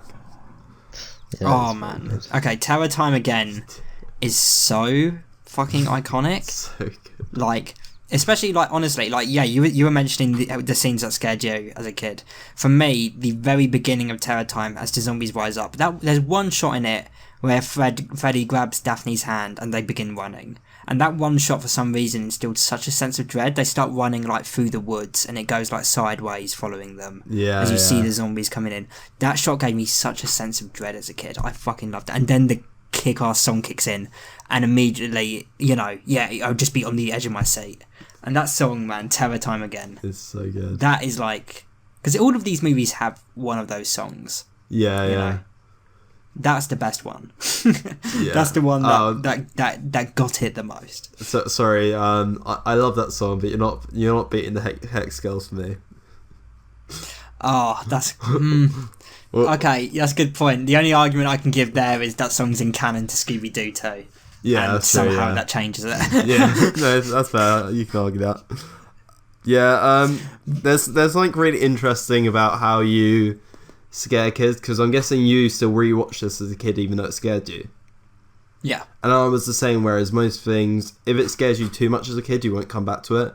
But there's really interesting where it's like your first excitement from fear, like it's your first getting into horror movies. Like, that's true. I don't know. I mean, I think by this time, I'm pretty sure I had discovered Doctor Who before Scooby-Doo. Oh, really? Yeah. I think. Actually, no. And I was thinking about it more recently, how Scooby-Doo, in my opinion, like, when you really do think about it, this is Doctor Who for kids. Like, it's the exact same formula. Like, I truly believe that. Like, it's had so many different iterations. The characters remain the same. The only difference is, because it's animation, you don't have to change their faces. Like, it's the same. It's just, in my opinion, it's the same sort of thing. I get what you mean. It's very like Monster of the Week and just stuff like that. Yeah. No, I get what you mean. It's a bit different though. I'd say. I mean, it's different. I mean, it's. That's why I say it's like, I think it's the child version of it. Especially the ones that I kind of grew up watching, which was the show before these movies. They're very different, I guess, to the movies at least. Like the tone of them was a lot different. They were kind of like a bit more I don't know. Yeah, but Doctor Who also was very Then different when again, it first actually, started, remember? I remember there being one specific episode of, I can't remember, I think it was like the third volume that we've got at home, and there was one particular episode where they went to like this big mansion, and there was like this ghost in the mansion that was like a typical like ghost, which is just like a floating sheet with eyes. The green one? Hmm? Is like a green ghost. No. I love the green ghost. I can't remember exactly what it was, but I do remember. Is it literally just the sheet one? There is one where it's literally just the sheet. I think it's that one, but I remember me and my brothers used to be really, really scared by that episode in particular for some reason, just because like the noise. I remember it was specifically the noise, like the sounds in that episode were really good.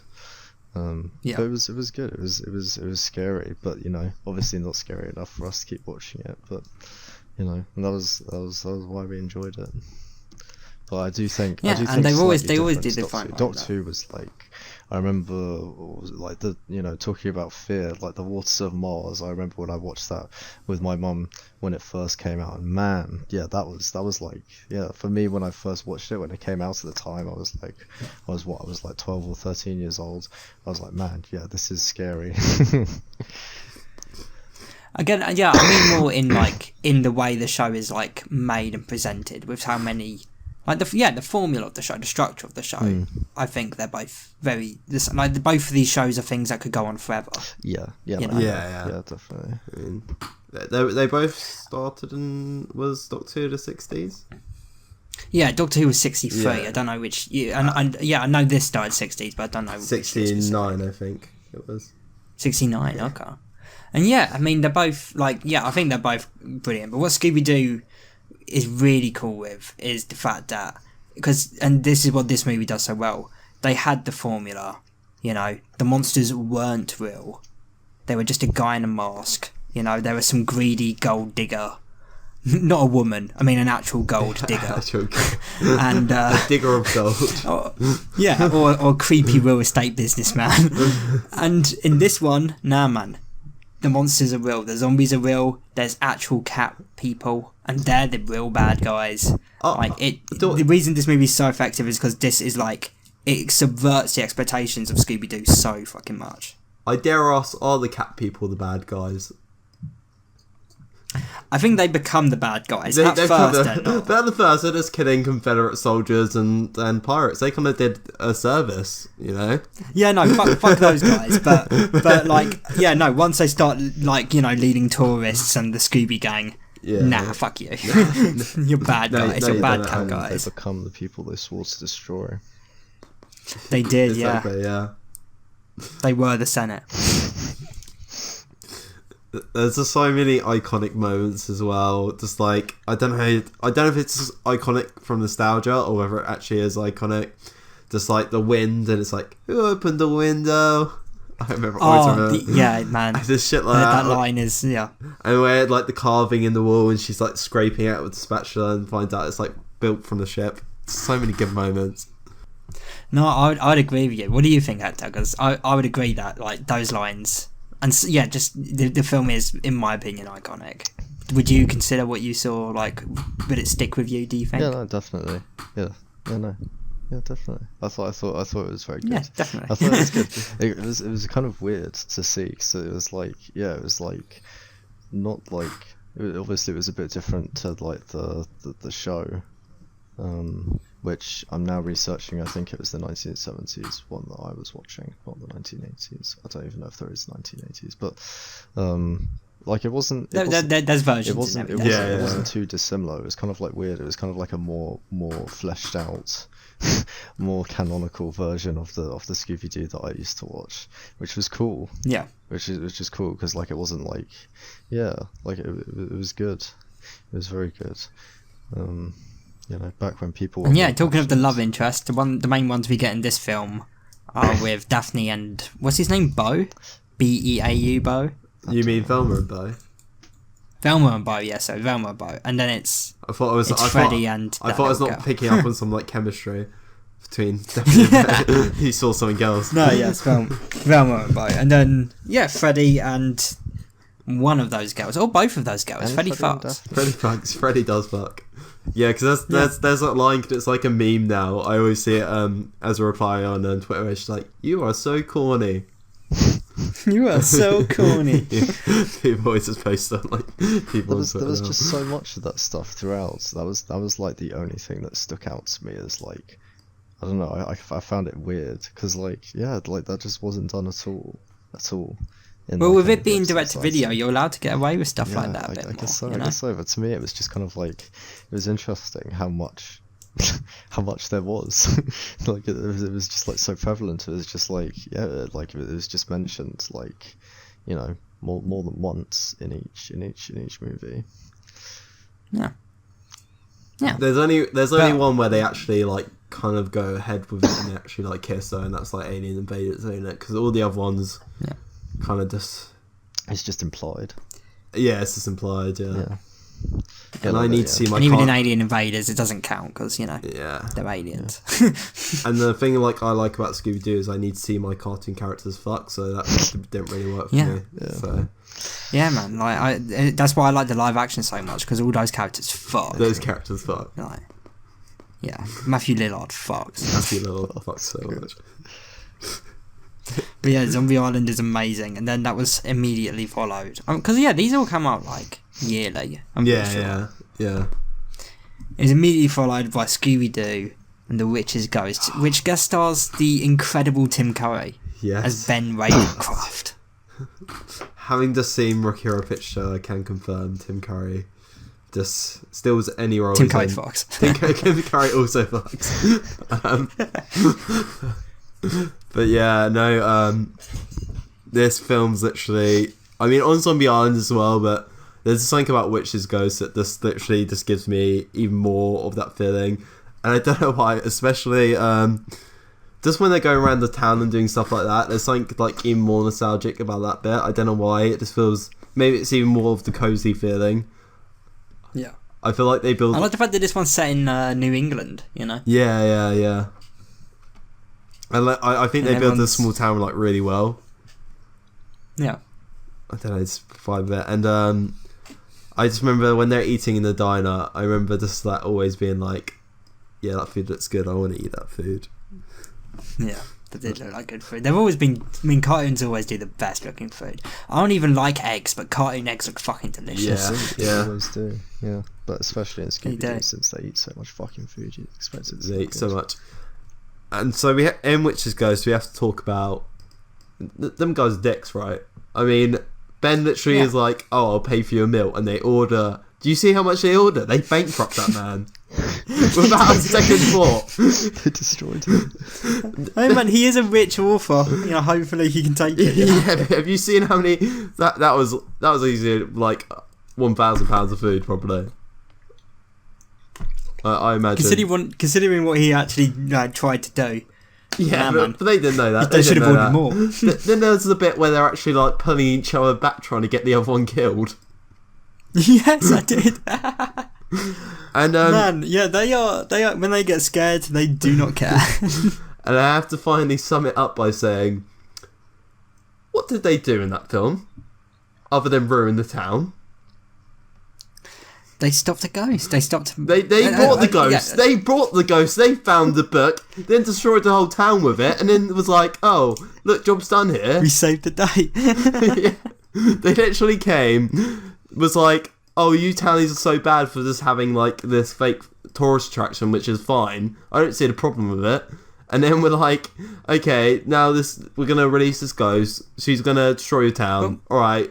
Pay us up. We stopped the ghost re-release, but But that's the thing, because the problem with it was supposed to be, because they laid it up with the idea that the fact that they'd taken the name of Sarah Ravencroft and making her out to be a ghost is problematic, because she was never anything. She was an innocent Wiccan. She was precious. She used to help the town. But then we get the reveal that no, she was a witch and Ben's a warlock and she was evil. And at that point, it is actually like, oh, okay, then yeah, they were right. They were actually right. See, she was a bit. Then yeah, you're just a dick then. Yeah. See, I love that we have like sort of like, it almost feels like two climaxes in the movie. Like, I feel like when I was a kid, I generally like thought like, oh, it's just the town. I was even like kind of happy with it being the town, just because the ghost was like actually so creepy. And then we got like whole second part, and it's like, oh shit.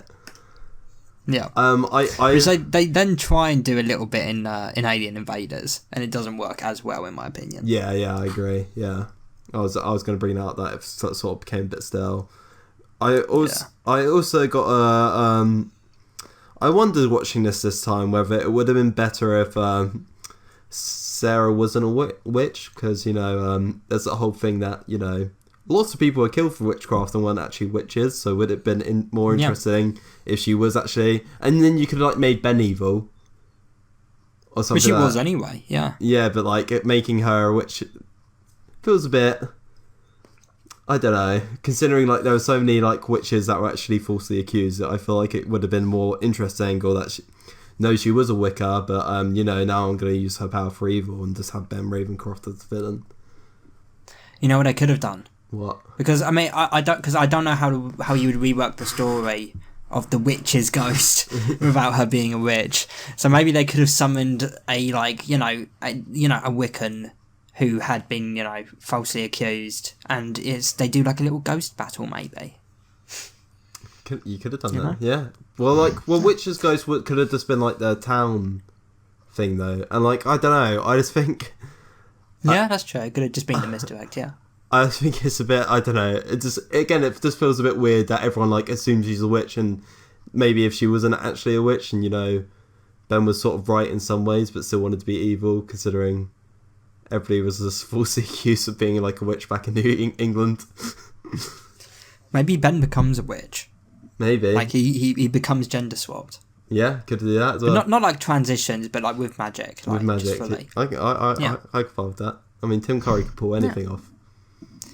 Oh, Tim Curry could have definitely done it. They wouldn't have even, there would have been no editing. Like, it would have just been performance. It would have been like, wow, Tim. Wow, Tim. You're doing it. We can tell you're a witch now. Yeah, you're doing it. You were born for this. And we obviously can't talk about this film without talking about the hardest people not to crush on them, the Hex Girls. The Hex Girls. Now, Hector, what did you... No, I was actually... Yeah, I'm interested to ask Hector. What did you think of the Hex Girls? Because, when you're watching them as a kid, it's a slightly different story. Why is that? Because they're they're hot emo goth girls. It hasn't changed. It hasn't changed a bit. Yeah. Yeah, it was unexpected. A bit. I don't know. My first thoughts were, this is a bit cringe. I don't know. Yeah, Okay. that was my first thought when I saw it. Was that when they were playing the music? Yeah. Yeah, that was because I don't know. Yeah, I suppose it really is different, because I guess my sort of like head perception of what Scooby-Doo is very different to what that was. as soon as I saw that, I was like, what is going on? what is happening? Why are there sexy emo girls on stage? Is this still Scooby-Doo? What's going on? But yeah. But they do become a big part. Like, they actually, after that, they get introduced to the canon. They come back in the movies, get introduced in the show. They almost got their own spin-off show. Oh my god. Really? I found out the other day they almost got their own spin-off show. Damn it. That would have been, like, solving mysteries too? Yeah, I guess just doing stuff like that. Like, you could have literally had them on tour, so it could have been a bit more of like a spin-off, like a bit different, but then doing stuff like that. You could have probably had Fawn actually become like a bit of like a good witch, considering she starts. Yeah, that would have been really cool. Which I would have really vibed with. And I love that they actually sort of bring Fawn in at the end. I think that's like just a really nice little connection there.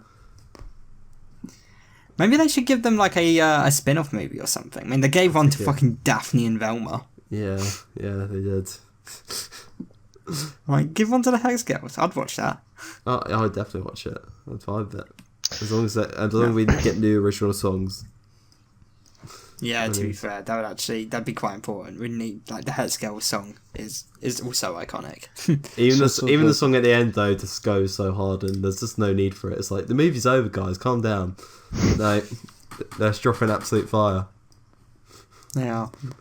Because dude, they don't calm down. They're the Hex Girls. They did do a good job with all the soundtracks in this. So I did think they were really good. No, they did. Even the third one, which has the weirdest song out of these three for sure.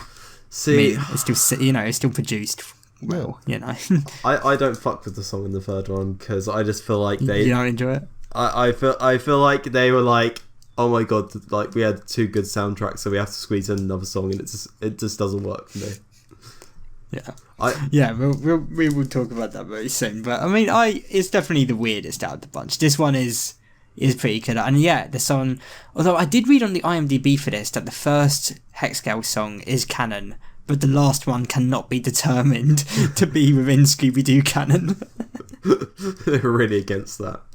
Just can't have them. It's actually on the IMDb if you look at it. It's really funny. I did a proper laugh when I saw that.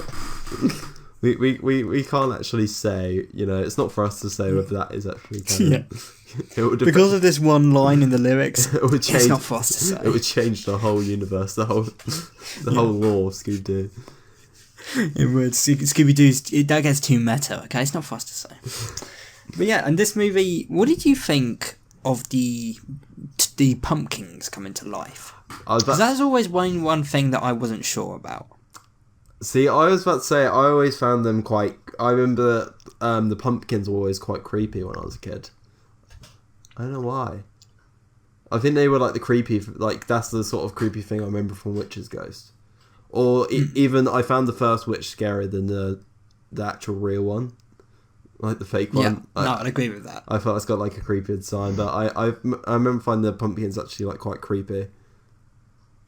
I don't know. I mean, I never found them creepy, but I mean, I'm not going to say they're not creepy. I just think like, I don't know. It feels a bit too cartoony. Yeah, I get what you mean. 'Cause it's funny how weak they are as well.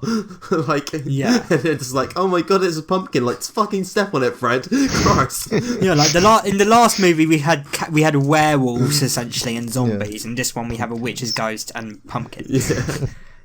Cause it's so funny because like literally Velma just gets one to run into a tree and just split straight away. Like just like it reminded me they did a little sequel to Monsters vs Aliens about food coming to life, and it was essentially exactly that, to be honest. Oh god. Yeah. So it's step on it, Fred. I feel like I also have to say in all of these films. I know Velma does like most of the work in the mystery, but oh my god, all of these films she does all the work. It's true. Velma is she is 99% of the power. She is, but they really the mystery. They really push it in these three films. She really works out just everything, and they're just like, oh yeah. I remember in Alien Invaders, in fact, she's like, oh, did you see this? And they were like, yeah, we did. And it's like, no, you fucking didn't. Don't lie. Don't try and look smart to Velma. She knows. She knows, yeah. She knows all. She knows you're bullshitting. But yeah, and isn't Velma getting a spin-off with Mindy Kaling? She is. It could be not interesting because I don't like any of the Mystery Inc. without all the others. They come as a group for me. I don't even fuck with like Scooby-Doo spin-offs. Yeah, well, I mean, did you ever watch Shaggy and Scooby-Doo get a clue when you were young? I watched a few episodes and wasn't vibing as much. I need the whole Mystery Inc. personally. Yeah, we get his like rich uncle and all that sort of bollocks. Yeah, like, nah, give me the van. Bring Velma back. Bring back Velma. # not my Velma. I like that they see because looking back, Ben Ravencroft is very suspicious, but as a kid, because he's like set up as like Velma's love interest, it almost excludes him. And I like that how far they go with like them getting along before they reveal like, oh, he's evil, because you just don't expect it when you're younger. It's interesting actually because like I don't remember because I was so young. I don't remember if I watched this before Scooby-Doo 2.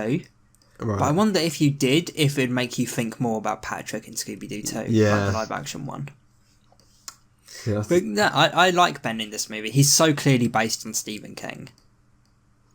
Yeah. And no, like, definitely. and yeah, I like the idea of Stephen King one day if he had been like, yeah, I'm gonna become a warlock.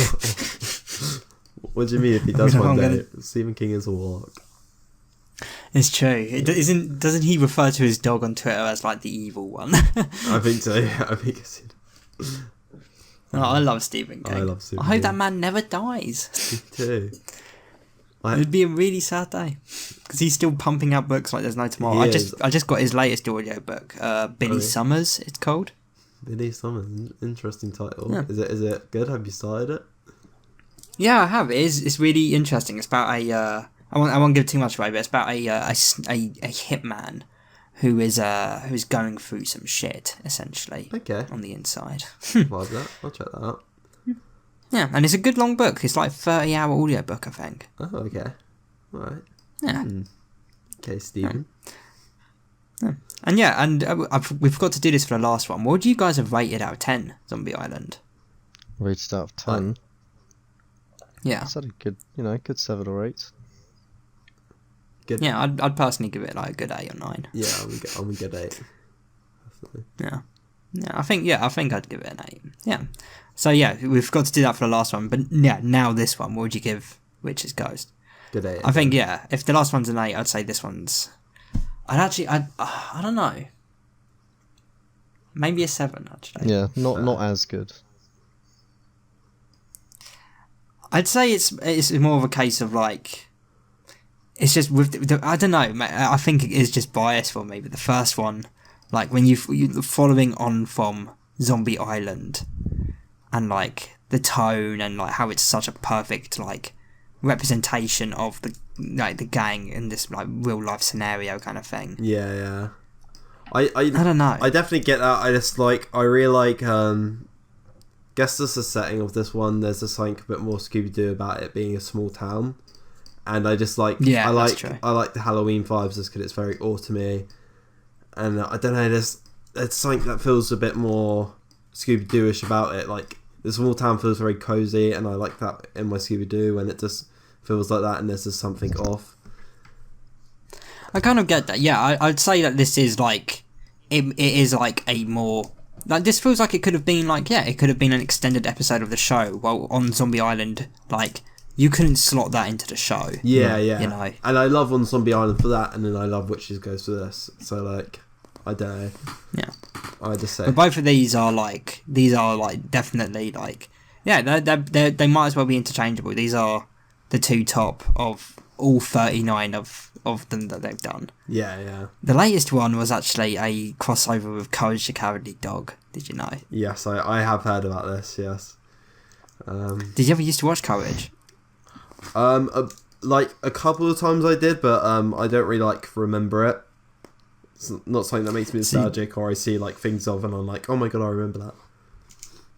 See, I hate to admit it, but somehow I could handle Doctor Who, I could handle Scooby-Doo, but Courage used to frighten the shit out of me. I did not want to watch that show when I was younger. Oh no, I've seen some clips of Courage now, and it still frightens me.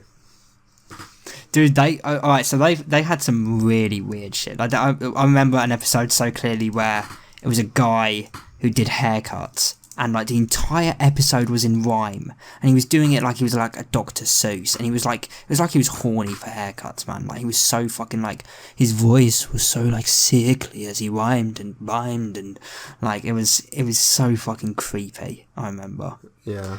And yeah, I'd watch like some YouTube videos of like some iconic stuff, like this weird demon being like, "Give me the totem" or something like that. That's like iconic. And I don't know, it's just I never got into Courage that much. I was too scared. I was too much of a baby. there was just something a bit eerie about it that I didn't vibe with as much. Whereas Scooby-Doo like has that comedy and it's also creepy. Whereas Courage just feels like, even just like the look of it, just feels straight up eerie to me. Like as a kid, it did anyway. And that's why I wasn't into it. Yeah, and it just seems like the guy who made it was probably a bit more fucked up than the guy who made Scooby-Doo. Yeah, most likely. Like, hey, instead of a load of 20-somethings, let's make it two old people and their weak, feeble little dog who can barely talk. Literally, it just feels a bit... it feels just eerie, yeah. It feels a lot meaner. It feels meaner definitely. No, I definitely agree with that. Yeah. But yeah, the first two are great, and then we get to Scooby-Doo and the Alien Invaders, which, don't get me wrong, I still have a lot of love for this movie, but this, in my opinion, compared to the first two, is a definite decline. Yeah, no, I agree. I need to talk about the most important unspoken detail of the movie. Shaggy and Scooby definitely get anal probed, right? Yeah. Yeah, it's heavily implied. There's even a bit where there's a shot out the window where we don't hear what they're saying, where the old man's like explaining what happened to him. And I'm just telling you, they're implying anal probing. Well, yeah, no, but what is it? They come into the thing, and what was it? I even commented on it, that the old man creepily said. What did he creepily say? He was like, did they experiment on you? Like, yeah. Or something like that. Experiment on you, and he like smiles really creepily, and I was just like, what the fuck? What happened to them? Yeah. That's why I was so happy at the end when they get convinced that the old guy's got pictures and they're like, we're going to be rich. It was like, yeah, he got you. Because they were able to probe that old man too. Yeah. Who knows how many... You know what? I think that's the most illegal thing they did. Like, the gold, like, that's questionable, but you anal probed 2 men and a dog. See, I was going to say that. Sick experiments. The funny thing about this film as well, what they're doing is not that bad. Yeah, like they actually have the gold. Yeah. You found it. Fine. But then I love how evil they suddenly are. Now they're like, but we're okay to kill as well, and they're just gonna like kill them and everything. And like this, like you could obviously it wouldn't be as like children friendly, but like you can literally have them like being normal people. Like if I found a ton of gold, I wouldn't tell anyone. I'd probably do the same thing. Well, that's the funniest thing, because it's not even all 3 of them. It's that one specific one with glasses. That guy is like the slimiest prick the Scooby Gang have ever faced. And this is so funny. Like, of course, he's actually really, really evil though as well. Like for me, it was like when the 2 aliens reveal themselves and everyone's screaming. He turns to his little company and is like, "Think about it, Cheryl. We could take those aliens and we can sell them to the government." Like, it was like, wow, dude, you are a freak. You are a freak. Like, you have tons of gold. You don't need to do that. You just crave like the thrills and adrenaline. Yeah, honestly, you're just a sick fuck. He deserves it at that rate. If he caught them, you know. And those fucking MP guys. Like, what were their problem? Like they weren't even actual government employees. What you were gonna kill this group of people and throw them off a cliff at one point. Like, how much are they paying you? Yeah, they were pretty rich. They had all that gold. They had enough money to buy a whole studio for anal probing. A Hollywood studio. Yeah. But I bet all that gold went by 2 couple fit aliens. So, you know, still got to go to them. True. What did we think? What does everyone think of Crystal and whatever the dog's name is? Where's the dog's name? Do you remember? The dog's name. Daisy. I want to say Daisy. It could be Daisy. I don't think it is. Crystal and dog. Crystal and dog. But yeah, honestly, I remember as a kid being like, yeah, like totally. You know, this person was made for Shaggy. And then we get the ending, and I was like, "Oh man, poor Shaggy." Man, that was the saddest thing ever.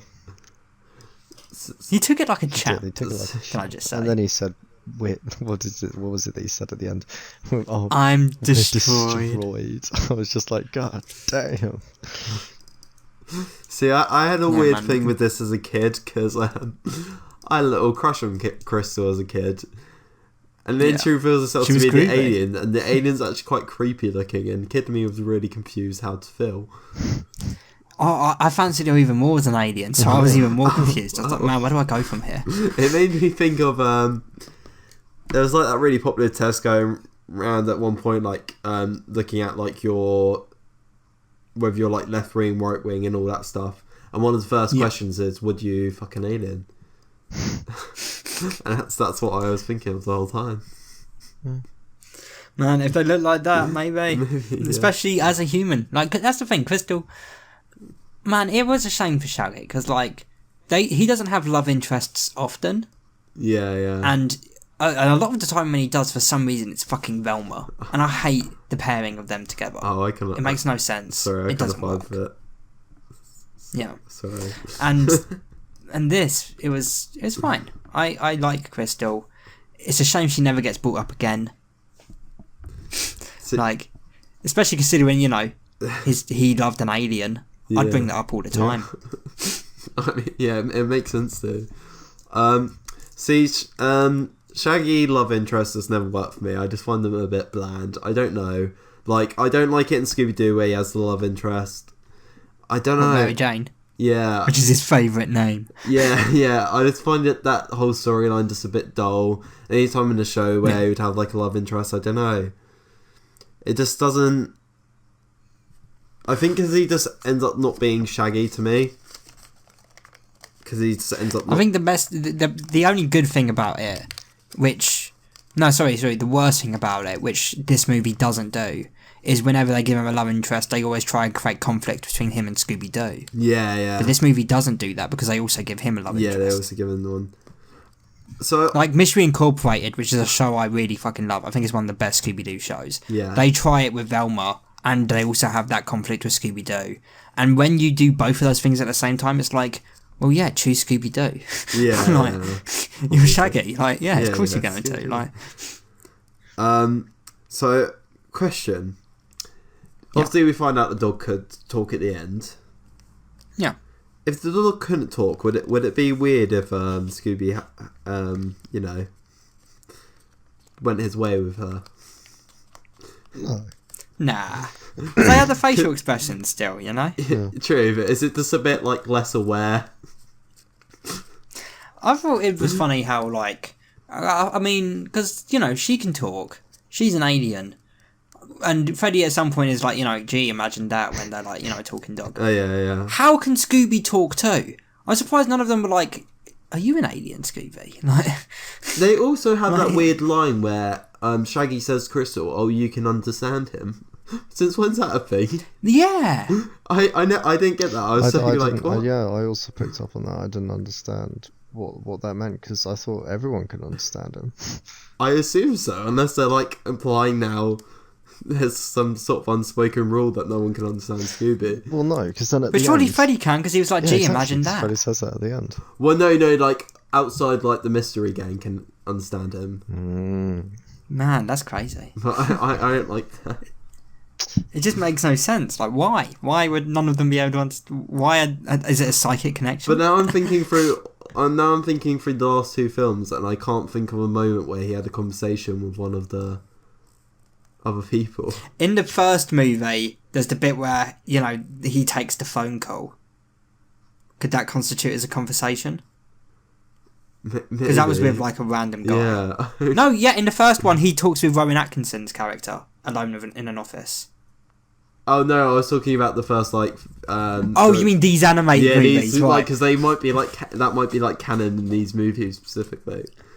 Yeah, I don't know. Maybe, it depends. Like, I don't remember if he said anything to Ravencroft or anything like that. I know in the first one I don't think he did because it was Shaggy who kept being like, you know, he's good with cats and all that sort of stuff. Yeah. Dogs? Where? Them cats. They did that joke a lot in these movies. Yeah, a lot, a ton. I find You brought it back in the third. I don't know if I find the aliens scary in this movie. Like even as a kid, I didn't. I did as a kid. As a kid, I found them scary, but I mean, no, they're not scary. There's a bit too bright. Like I think when when they see them in like black and white, that bit's creepy. Yeah. Like where it says, I think what also ruined it was having them talk. I didn't even remember it until we rewatched it that they talk like English, and they were like, you know, do not be afraid, humans. That ruined it for me completely. Also, I thought it was just going to be like weird alien noises, which I think would be better. But at one bit, he says that weird alien language, where he tells MP guys to go get them, and he says it in like an alien language, which means that they invented a language. They created the language, or on the spot he just improv that. Maybe he just did it like charades, you know, he just pointed him as like, come on, understand this, come on. Yeah. Well, he could have pointed. I love that he thought, alright, we're still convincing them where it is. Let's say this like gibberish, and they'll think I'm speaking another language. Or maybe they rearranged it beforehand. They were like, okay, if I go, it means. I also feel like they don't introduce enough people in this like movie for there to be any like interest of who actually is.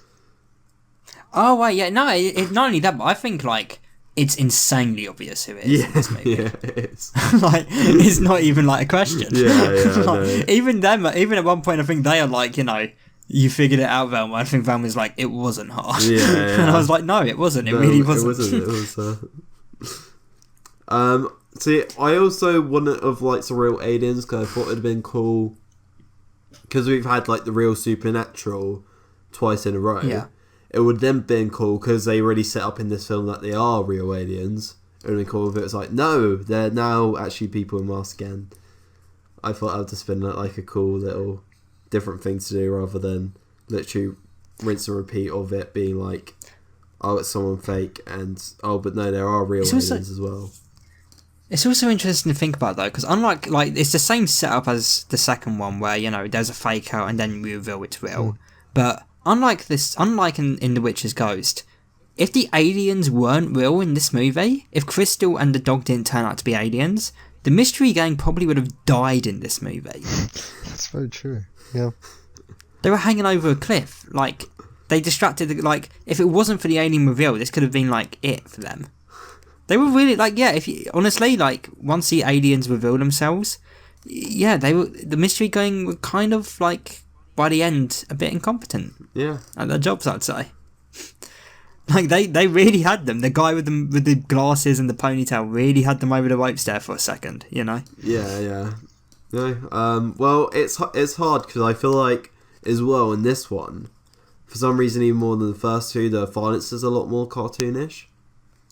Yeah. Like there's just a lot of moments where it's a bit like, oh okay, literally, Shaggy and Scooby are rolling down a cliff, but now you want us to be scared when they're on the edge of a cliff. So it's kind of working out where you want the violence to be. When should we be scared, or when is it just like, oh, it's fine, they've literally just fell off a cliff, kind of thing. It's true. I'm pretty sure The Witch's Ghost. They've all kind of been toned down since on Zombie Island. Yeah. Which, fair enough. The content isn't as mature because zombies is a very mature subject anyway, with it being undead. Yeah. But,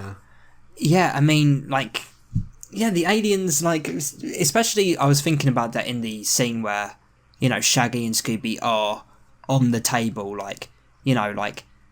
there wasn't any tension in that scene. It reminded me of a scene very similar to it in the X-Files where Mulder's on an operating table. And there's scenes like this in a lot of sci-fi movies where you look up and, you see something like a surgical instrument, coming towards your head or something. Yeah. There was such an opportunity to do something like that. Yeah. And I feel like on Zombie Island would have taken a risk like that, I feel. They were bold enough to do it back then. But then, I don't know, they got, I don't know when, because I just don't think you see stuff like that anymore. And, another moment I really thought of it is in Witch's Ghost at the start. Mm. When you have the people actually carrying around you have them two big guys. And one's actually carrying an axe and the other's carrying a spear and actual sharp weapons, which actually could, I feel like you don't really just see stuff like that. You see a blunt weapon, but I don't know, a massive axe just feels like they try not to show that sort of violence on screen anymore, or at one point they did. Or it's a bit. It's true. That's why I found Mystery Incorporated so refreshing. There's an entire episode in that show which is a Saw parody. Yeah. When you fucking don't filter kid content because kids are smart enough to understand stuff like this. Yeah, exactly. Yeah. Unless you're going kid, of course, but 8, 9. Yeah. No, you can handle an axe. You can handle the concept of a zombie. Exactly. Yeah.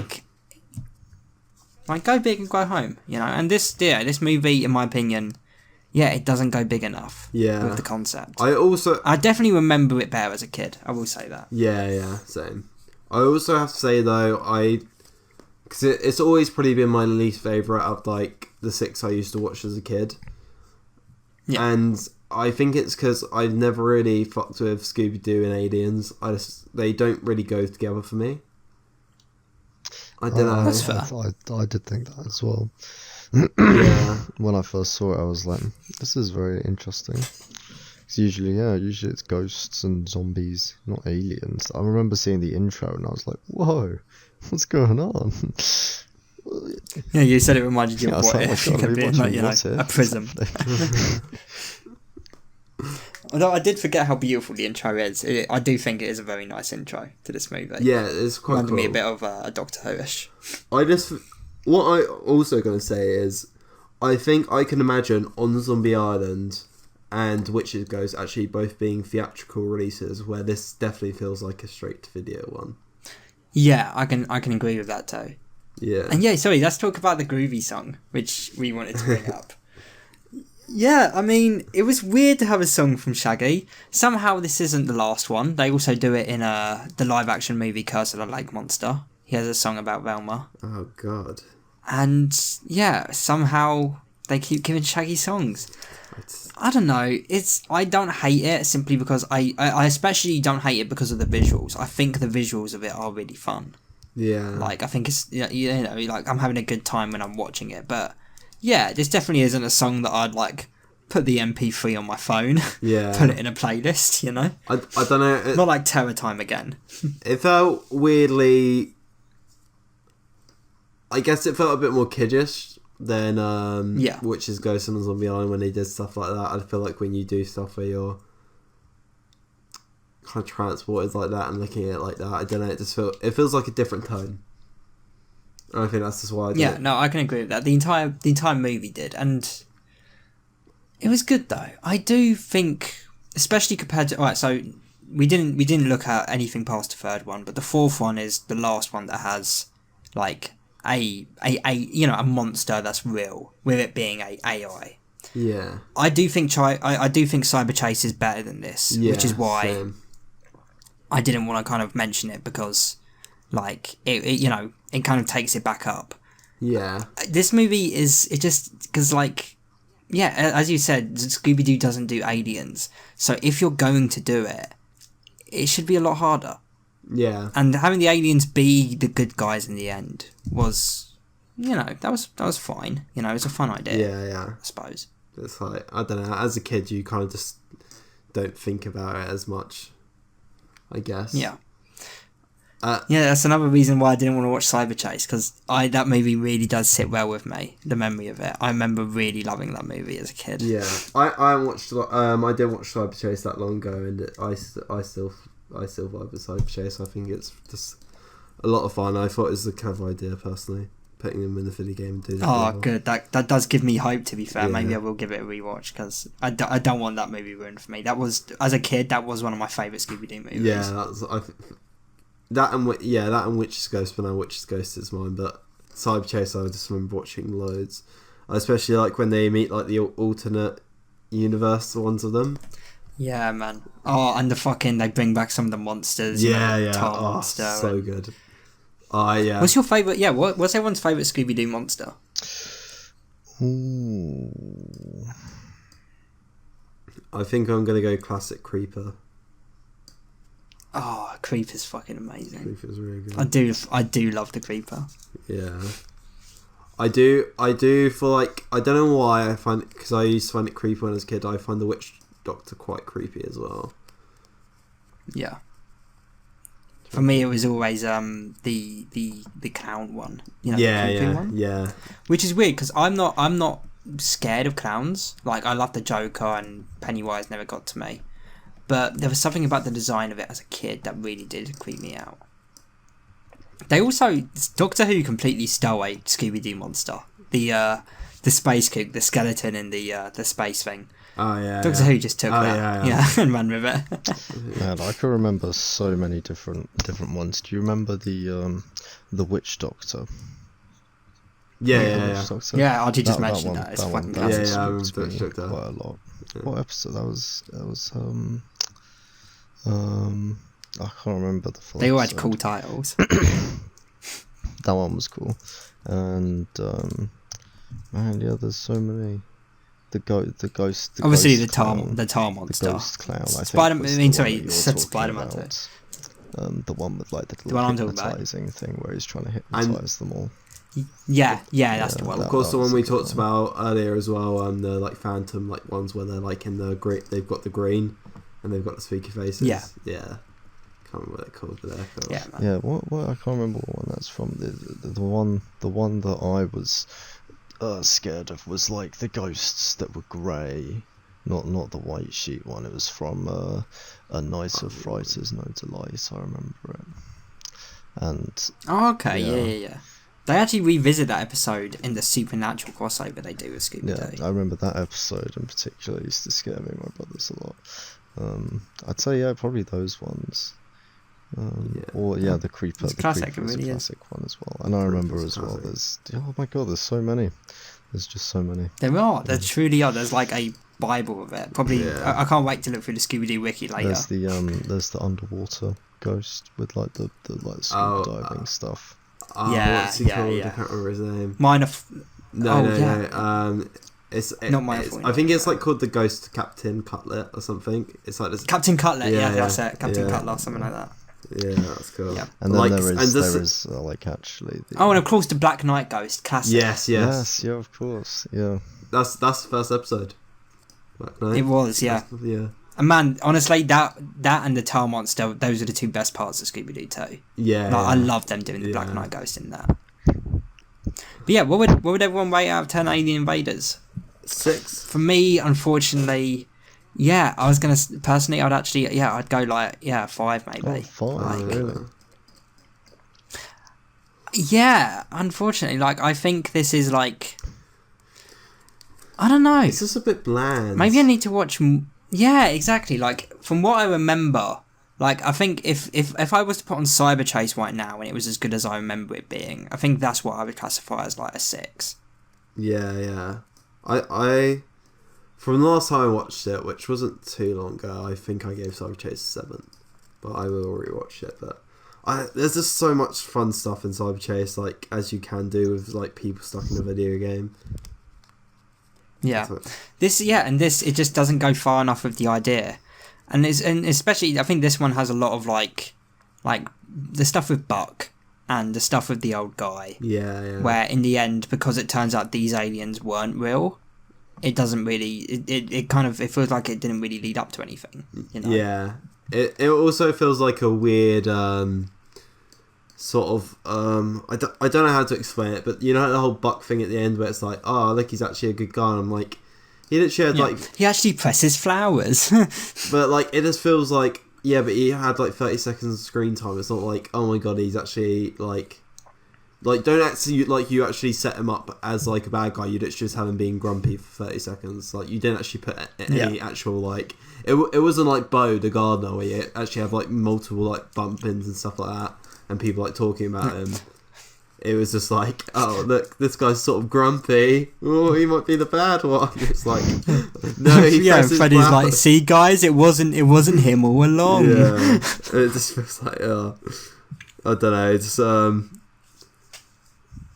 with Scooby-Doo, I just don't think it sets anyone up where I'd actually care, even if it wasn't so obvious. Yeah, that's why it was so obvious with this one, because those three were like the only ones it could have been. Yeah, exactly. That would have made any sense. Yeah. Yeah. And no, those were the 3 direct-to-video Scooby-Doo movies, and yeah, I honestly kind of wish they would have ended these, because some of the most recent ones have been just straight up terrible. Yeah, really bring the straight to DVD feel. The last one I remember watching and really enjoying as a kid was probably Aloha Scooby-Doo, where they go to Hawaii. That's the last one I watched, and I really I haven't watched them in a while, but I really enjoyed Chupacabra. Yeah. And was that Monster of Mexico? Yeah, and the Legend of the Vampire, I believe it's called. Yeah, with the Return that of was the a good Hex one Girls. too. Yeah, I think that's after Cyber Chase, maybe. Yeah, so Or was that Music of the Vampire? I think there's 2. No, so it goes so it goes Cyber Chase, then Legend of Vampire, then Monster of Mexico, then Aloha Scooby-Doo, because I literally watched all of them and then I stopped watching. Yeah, so isn't that? I think there's also they do a sequel to Legend of the Vampire called Music of the Vampire at some point. I think I've heard about that. Yes, which I will probably avoid. I don't know, honestly, because this has got me in a Scooby-Doo mood. I do love my Scooby-Doo, and especially after Scoob, which I thought was really shit. I avoided that so much. It's just, Man, honestly, it was so disappointing, in my opinion. It was so far detached from what Scooby-Doo should be, and it was so obviously cashing in on the idea of, setting up a Hanna-Barbera shared universe. Yeah. Yeah, oh, I hate that. It's so weird because we haven't had like much Scooby-Doo media in a while. Like I feel like you could do like a film now that's just like, where you don't do anything that new, just like sort of new, but still keep to the origins, and it would still be really refreshing now because we just haven't had anything. You know what I genuinely think we need? I think we need another James Gunn Scooby-Doo movie. I think that's what we need. I think that's the best way of making sure it still sticks to like the tone of it, by actually bringing him back and just giving him free reign over it. Yeah. Let him direct it as well as write it, Yeah, I'll be into that. Because last time it was Roger Gosnell who did Beverly Hills Chihuahua. Fuck that. Bring in James Gunn. How many writing credits do you have to his name? Great writing credits. Oh, James Gunn? No. Can't remember his name. Roger Gosnell. Yeah. That one, yeah. I don't know. I'm pretty sure, if I'm not mistaken, he might have also done Home Alone 3. I do prefer Scooby-Doo 2 to 1 though. Oh yeah, for sure. I think that's universal Scooby, because it just does everything bigger and better. Yeah. It's like the Spider-Man 2 of the Scooby-Doo universe. Yeah. And just having all like the villains and stuff, like it knows what it is at that point. Like the second one feels like more like it was just literally made for the fans, whereas the first one feels like even trying to like introduce new like people to Scooby-Doo somewhat. Yeah. And we don't get fucking Scrappy. Yeah. I hate Scrappy. Oh no, man! Please, God no. Puppy power. No, that was just fucking French. I know, it was, but no, number 2 is excellent. It really is. So I think that's the end of it. It's gotten to a late one. This is going to be one of our longest episodes, Hector. It really is. Thank you for joining us, Archie. It's been a pleasure. Thanks for having me. What are you going to be working on? Are you working on anything new right now, as well as that short film? Anything we should keep our eye on? Like you're famous? No, I'm sorry. No, just the film at the moment. But that's very fair. And I've been writing a bit of music. You unbucking your 20s, you got time. Yeah, that's fine. Yeah, 20s. Yeah. Do you wanna plug any of your social medias? Sure. Yeah. Wait, get out. My Twitter is @AJH. No, it's not. Sorry, I've lied to you. Cut a bit. Cut it. My Twitter is @Archie Hartridge, and so if you want to follow me on that'd be pretty cool, guys. Yeah. Yeah, it'll be in the description. Thank you.